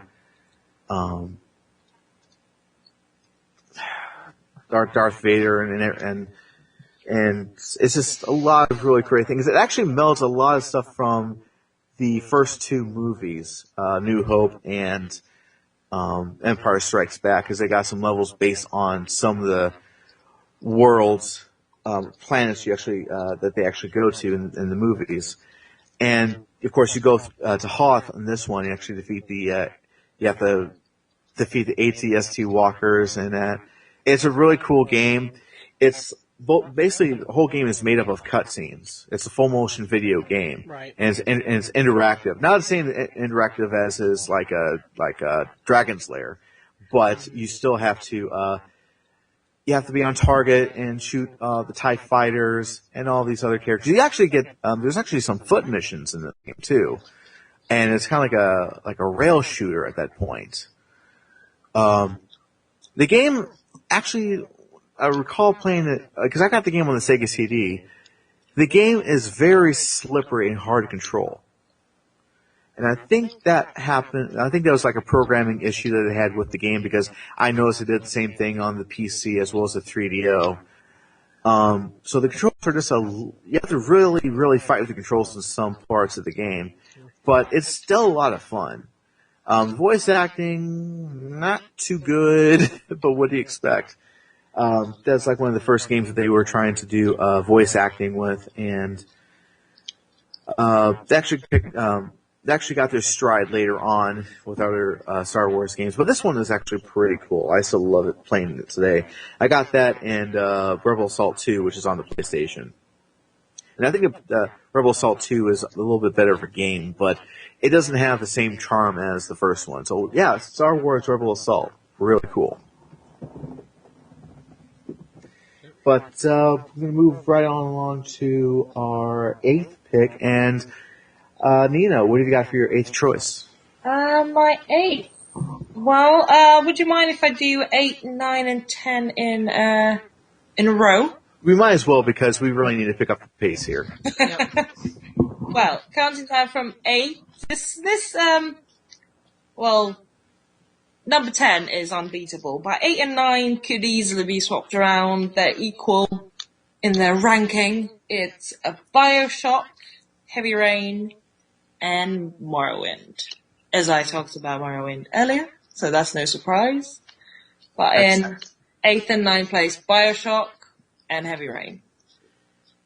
Awesome. I've never played Heavy Rain before, but I think that's one of those that's kind of like a choose your adventure type thing where you actually have to make choices. Well, it's not choose. It's more what you have to make a choice, and that you're not sure how that choice will affect the rest of the game. Yeah, because any choices that you make actually they actually affect other characters in the game as well. And I've played it through once, and I'm still waiting to. Well, I'm giving it a bit of time, so I forget a few things to see, because I want to see the other endings, because I've only seen one ending. Yeah, this game is like multiple endings. Multiple endings. There's like people say the good ending, the evil ending, the kind of neutralish evil, and the kind of neutralish goodish ending, and yeah. So I think it's better if you don't remember, if there's a bit of a gap between plays, so you're not like, okay, last time I chose this, so I'll choose this. It becomes a bit too tactical then, I think. But also, if you're feeling a bit down, don't play Heavy Rain. It's a heavy game. Like, really, high rated for a reason, because it is very depressing, but also beautiful because of that. But if you're feeling down, don't play this game to cheer yourself up. Yeah, definitely. I heard that the game is extremely depressing at times. So, but yeah, those are good choices. Very good choices. Bit mainstream towards the end. Yeah, and BioShock. Jeez. Yeah. That game was friggin' awesome. Oh, it's fantastic. I need to play that. You've got to, man. Yeah, I know that. Didn't they release BioShock 1 and 2 together? Yeah, they did. Yeah. Okay, that's definitely going to be an option, because BioShock is the first-person shooter I absolutely fell in love with. Because as you can see from my list, I'm more RPG kind of gal. But I adored BioShock. Absolutely adored it. I know. I wanted to try and go through and play the Mass Effect games, too. I want to do that, too. Me, too. I haven't played a single one, which I feel bad. But they have the Mass Effect trilogy, so I can definitely start from the first one. Yeah. Yeah. All right. Well, so Anita gave us her last 3 choices. Yeah, so might as well, because we've been talking for about 3 hours. We're probably pushing the 3-hour club on this. All of a sudden, I Got Gameplay has turned into the Rad Rascals. All of a sudden, Ben and Andy have infected the podcast. Yeah. Maybe it wasn't such a. It's the tangents. Yeah. Maybe it wasn't such a good idea to have like 10 games. But I thought, let's just do 10. I had like 5. Yeah. I'm sorry, guys, but that's okay. Tangent after tangent, but that's how podcasting go. Exactly. You live and you learn. All right. I can't really interchange my number 3 and number 2, and there's going to be obvious reasons, but number 3, I have Ratchet and Clank 2 going commando. And here's the thing, I loved the first one. The first one, Captain Quark was such a fucking asshole. He was such a prick. He ends up, he's like, oh, he's this big hero, but he does anything, for a quick buck. Oh my god, he's like Hulk Hogan. He's like Hogan, he has to do whatever he can to make money. It's all that matters. I mean, Hogan's a shill for the WWE Network now. At least he's not trying to make more sex tapes. Ugh, God. Oh my god. He should stop making sex altogether. Yeah. I did a Sexy Biscuit thing for Dave, fellow co-host on Slamcast, Lawn Boys Post 1975 on YouTube. Check him out. He's got some great fucking content. But I ended up doing this thing. I decided to do it and just go full Randy Savage. And then the next part, I just go full Hulk Hogan. And I just start ranting. And I got my phone in my hand, and that's how I'm recording it. So I got the Mega Powers in there, and I take shots at Hogan, his sex tape, his Hulkamania thing, him in a thong on a wrecking ball, him being a shill for the network, his alimony payments, and just whatever I could. Yeah. But it was funny because Ratchet & Clank 2 was actually the first game I got, the Rhino. The Rip Ya a New One. Oh, yeah. Because it was a lot easier. You could easily do it in, one go. But it was fine because I had to do it, when I was doing all the trophies for Ratchet & Clank 1 on the collection. I ended up getting it on that, and, and it just, played through the game fucking probably 3-4 times maybe. Going through everything to try and freaking get a million bolts, but yeah, that was a side thing. It was funny because when the year we used to record every Saturday night, and for a couple of weeks it was a common thing that we get to games we've been playing. I'm playing Ratchet and Clank right now, trying to get that trophy. So, yeah. But yeah, with going commando, I think with that, as much as with 3 was up your arsenal, I liked Dreadlocked. That was a pretty enjoyable game. But I think there was something about 2. It was how, with movies, the sequel is always better, it seems like. And then, the third one doesn't live up to it. There are exceptions, Jackass 3D definitely lived up to the hype. That movie was fucking hilarious. And then Bad Grandpa was, anyway, tangent, I know we're trying to get through it, but this Ratchet & Clank has always been a great series. It's 3D platformer. The graphics still hold up, PS2 graphics still hold up really well, in all honesty. I know with, Super Mario 64 and, those PS1 games, those graphics, early 3D don't hold up as well. By the time the PS2 came around, they were a lot more polished, there was a lot more detail in them, and, it was just great. That PS2 is a great fucking system. It's amazing it lasts as long as it did. Anyway. But yeah, Ratchet & Clank 2, I definitely go, as much as up your arsenal, there was just something about the way 2 played, in all honesty, that I just have to go with. Alright. So number 2, I mentioned it earlier, Grand Theft Auto San Andreas. I know a lot of people like 3, a lot of people like Vice City. I didn't like, GTA 4 as much. I enjoyed 3, I enjoyed Vice City. I would say I enjoyed Vice City even more just because of the 80s setting. And that's why a lot of people like it. But with San Andreas, it just the whole, parallel with the LA riots.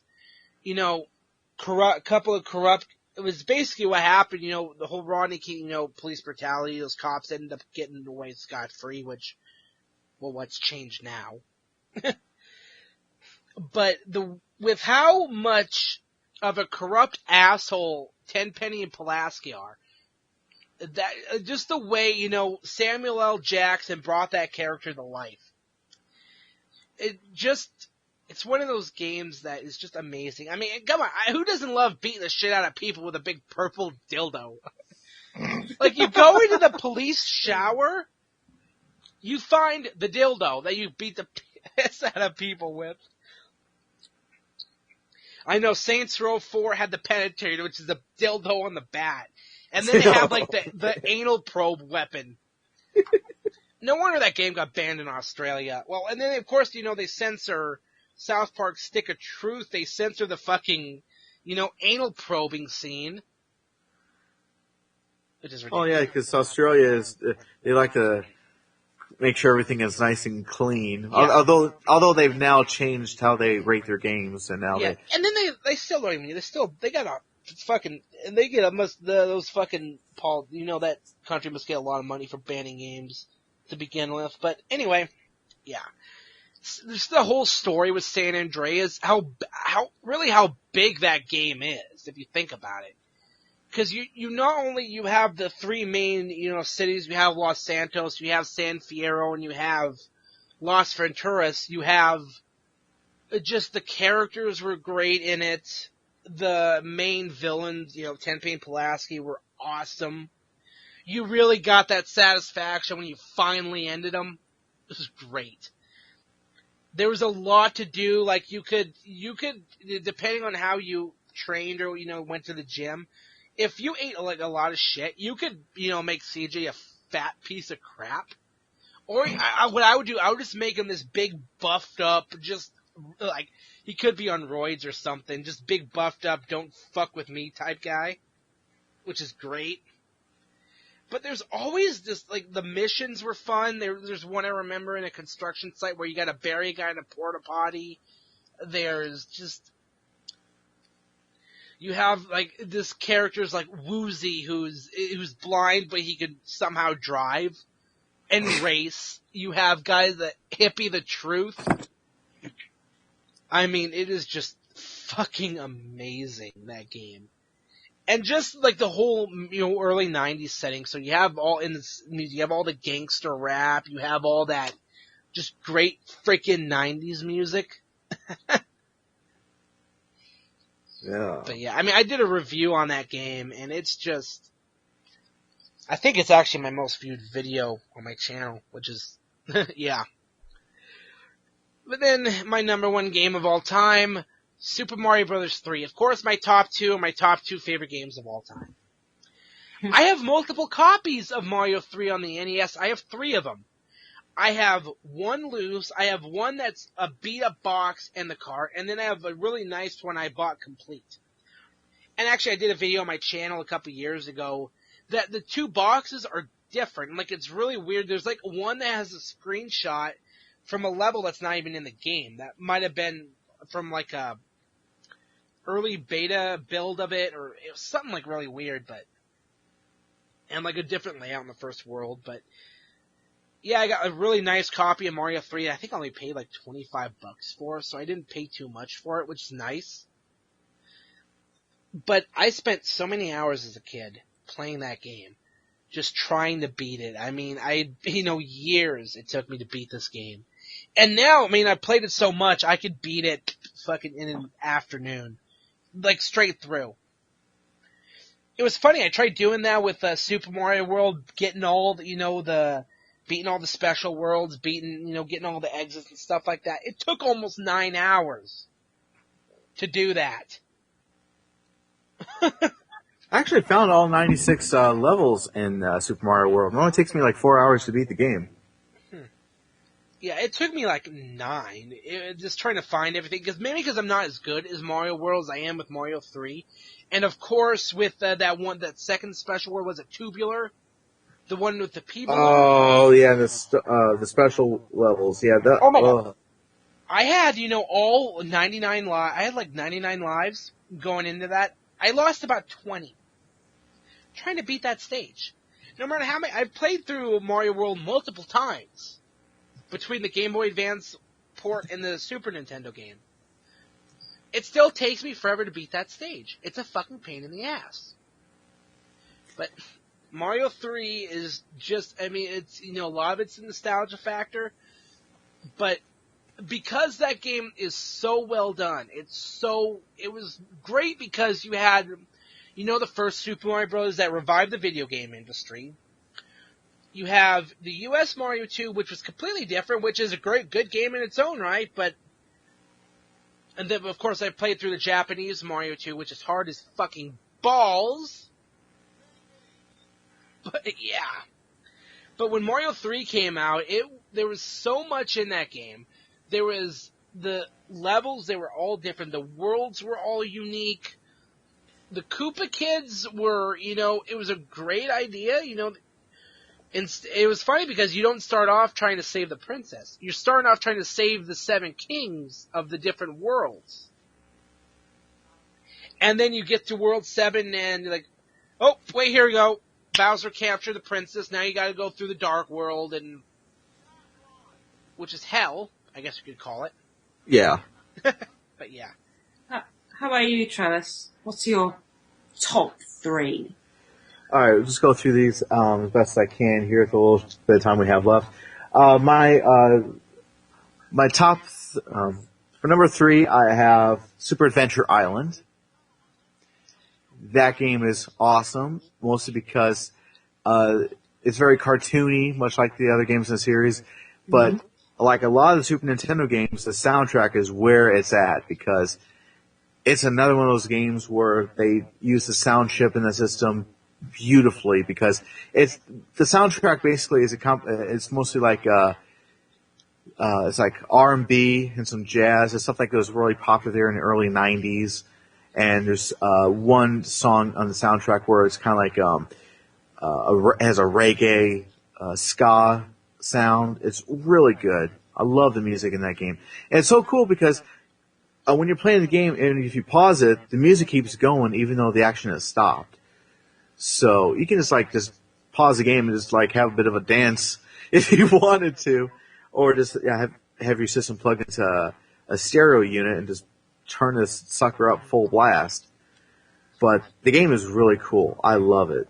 It's one of my absolute favorites. The second one is The Zombies Ate My Neighbors. Ooh, nice. That game, I think it's safe to say that game is a cult classic because that game is still pretty well sought to this very day, and of course it's available on the Wii Virtual Consoles. But that game, just the cartridge itself, fetches pretty good cash there on eBay, or if you're going to a used video game shop. But that game is insane. I mean, it starts off pretty easy, and then as soon as you get, after you beat the first 8 levels, then the game gets increasingly difficult. There's like 50 stages throughout the whole game, and each one just gets harder and harder. Yeah, and there's a lot of stages in that game. Yeah, and it was developed by LucasArts of all companies, and was published by Konami. Awesome game, I love it.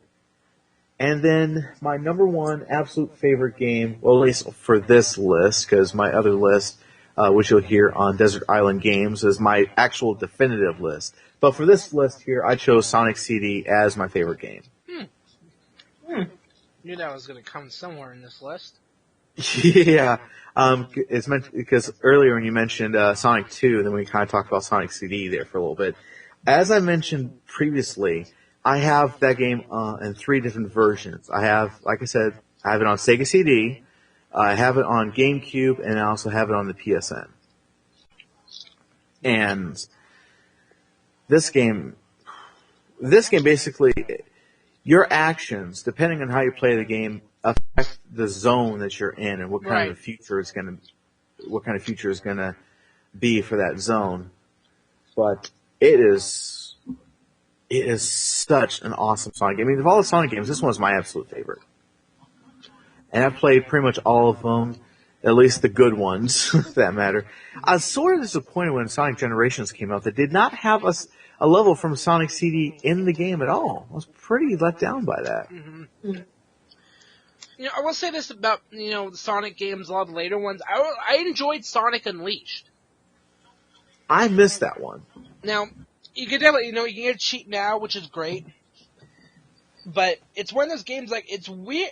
It's one of the stranger ones because not only you have the speedy, Sonic levels, but then you have where you turn into the Were-Hedgehog, and it's like a slower, like, beat 'em up. It's such a cool dichotomy, I think. Like, it's so unique. It's just weird to have that in a Sonic game, but I think it works. Because it's just like this different side, because, it's not, actually, he gets, he becomes like a werewolf, werehog. Yeah. Yeah. Like, it's just like kind of fun. It turns and you just start like just beating people up. It's so different, but I enjoyed it. I know a lot of purists say, "Oh no, it's Sonic's supposed to be running fast and be the fastest thing alive." Well, sometimes you gotta do something, to break it up. It's different, and sometimes it works.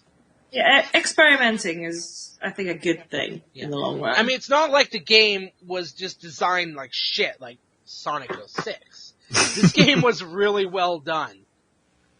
It kept all the bestiality nods at bay, basically. Yeah.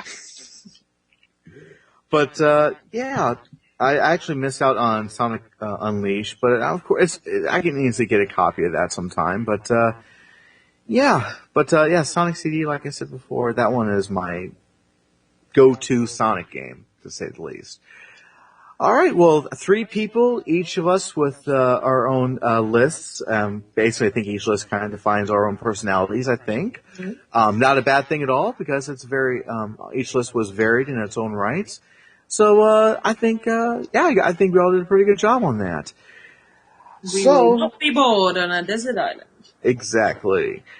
All right. Of course, if the desert island, since it's on a deserted island, there's no electricity, how would we play these games? Hey, whatever. It's just our imaginations, and this is what we think would be our perfect games. But anyways, enough of that fun stuff. We're going to go ahead and carry on with plugs. So, Anita Kasky, what plugs do you have? Well, you can follow me on Facebook and Twitter. It's Anina Kaski, ANNINA KASKI. I should be quite easy to find with such a rare name. At the moment, I'm just working on starting up a YouTube channel. I'm gonna upload some sketches and maybe a web series later on, closer to next year. And on Twitter, I tweet about gaming, random things, and acting. So just have a look. In the future, you shall see loads of things there. All right, sounds great. And Nick, how about your plugs? All right. You can find me on YouTube at the Gaming Pegasus 187. You can find me on Twitter at Gaming Pegasus 187. You can find me on Instagram at Pegasus187. You can find me on Facebook at Nick Horacek. And you can also find me every week on the weekly Wrestling Slamcast with Michael Burhan, who should be back on IGG next week, as he will be back on Slamcast. He's doing his acting thing, and I hope everything works out for him with that, because I also had to, we actually streamed Slamcast, so it was just me, Brandon, and Dave that week, so... Yeah, every week we talk about wrestling. We have our Iron Sheik tweet of the week. We go on random tangents, and yeah. So cool. I'll do it for me. All right. Awesome. And then, of course, I'll go ahead and plug my stuff. YouTube.com/rose-colored Let's Play. This past week, my fiance and I have been playing the Lego Movie video game for the Wii U. I'm having lots of fun with that, and it's going to carry on next week, where we're going to have a couple episodes of that. And also, I have 3 episodes of me playing Another World, which is, like I said before, an awesome game. And I played the 20th anniversary edition, so it's got cleaner graphics, better sound, and Mike Aruba. Game Grumps. I'm sorry, that's a funny line. Mike Aruba, I love it. But yeah, that's coming up here, and it's going to be recording some other episodes for the coming weeks ahead. And also check me out at youtube.com/rose-colored reviews. I know I haven't done any reviews on that channel for a while. I am so sorry. But I got a lot of things going on, and I promise you guys I'll get you another review here real soon. I'm just trying to figure out what to review. So go check that out anyway. And please, on those YouTube channels, please like, comment, share, subscribe. Do all that great stuff that helps me out. And also, if you want to get a hold of me, twitter.com/TravisScott79 is how you can find me. And I'm going to try to be on IGG a lot more, because I've been gone for a long time, but I'm going to try to be on here more frequently. So, with all that being said, great episode, everybody. Good job. And go ahead and let's put this baby to bed. So for Anita Kasky and Nick Haracek. Haracek, yeah. Haracek, there we go. This is Travis Goss saying, we've got gameplay. Have you?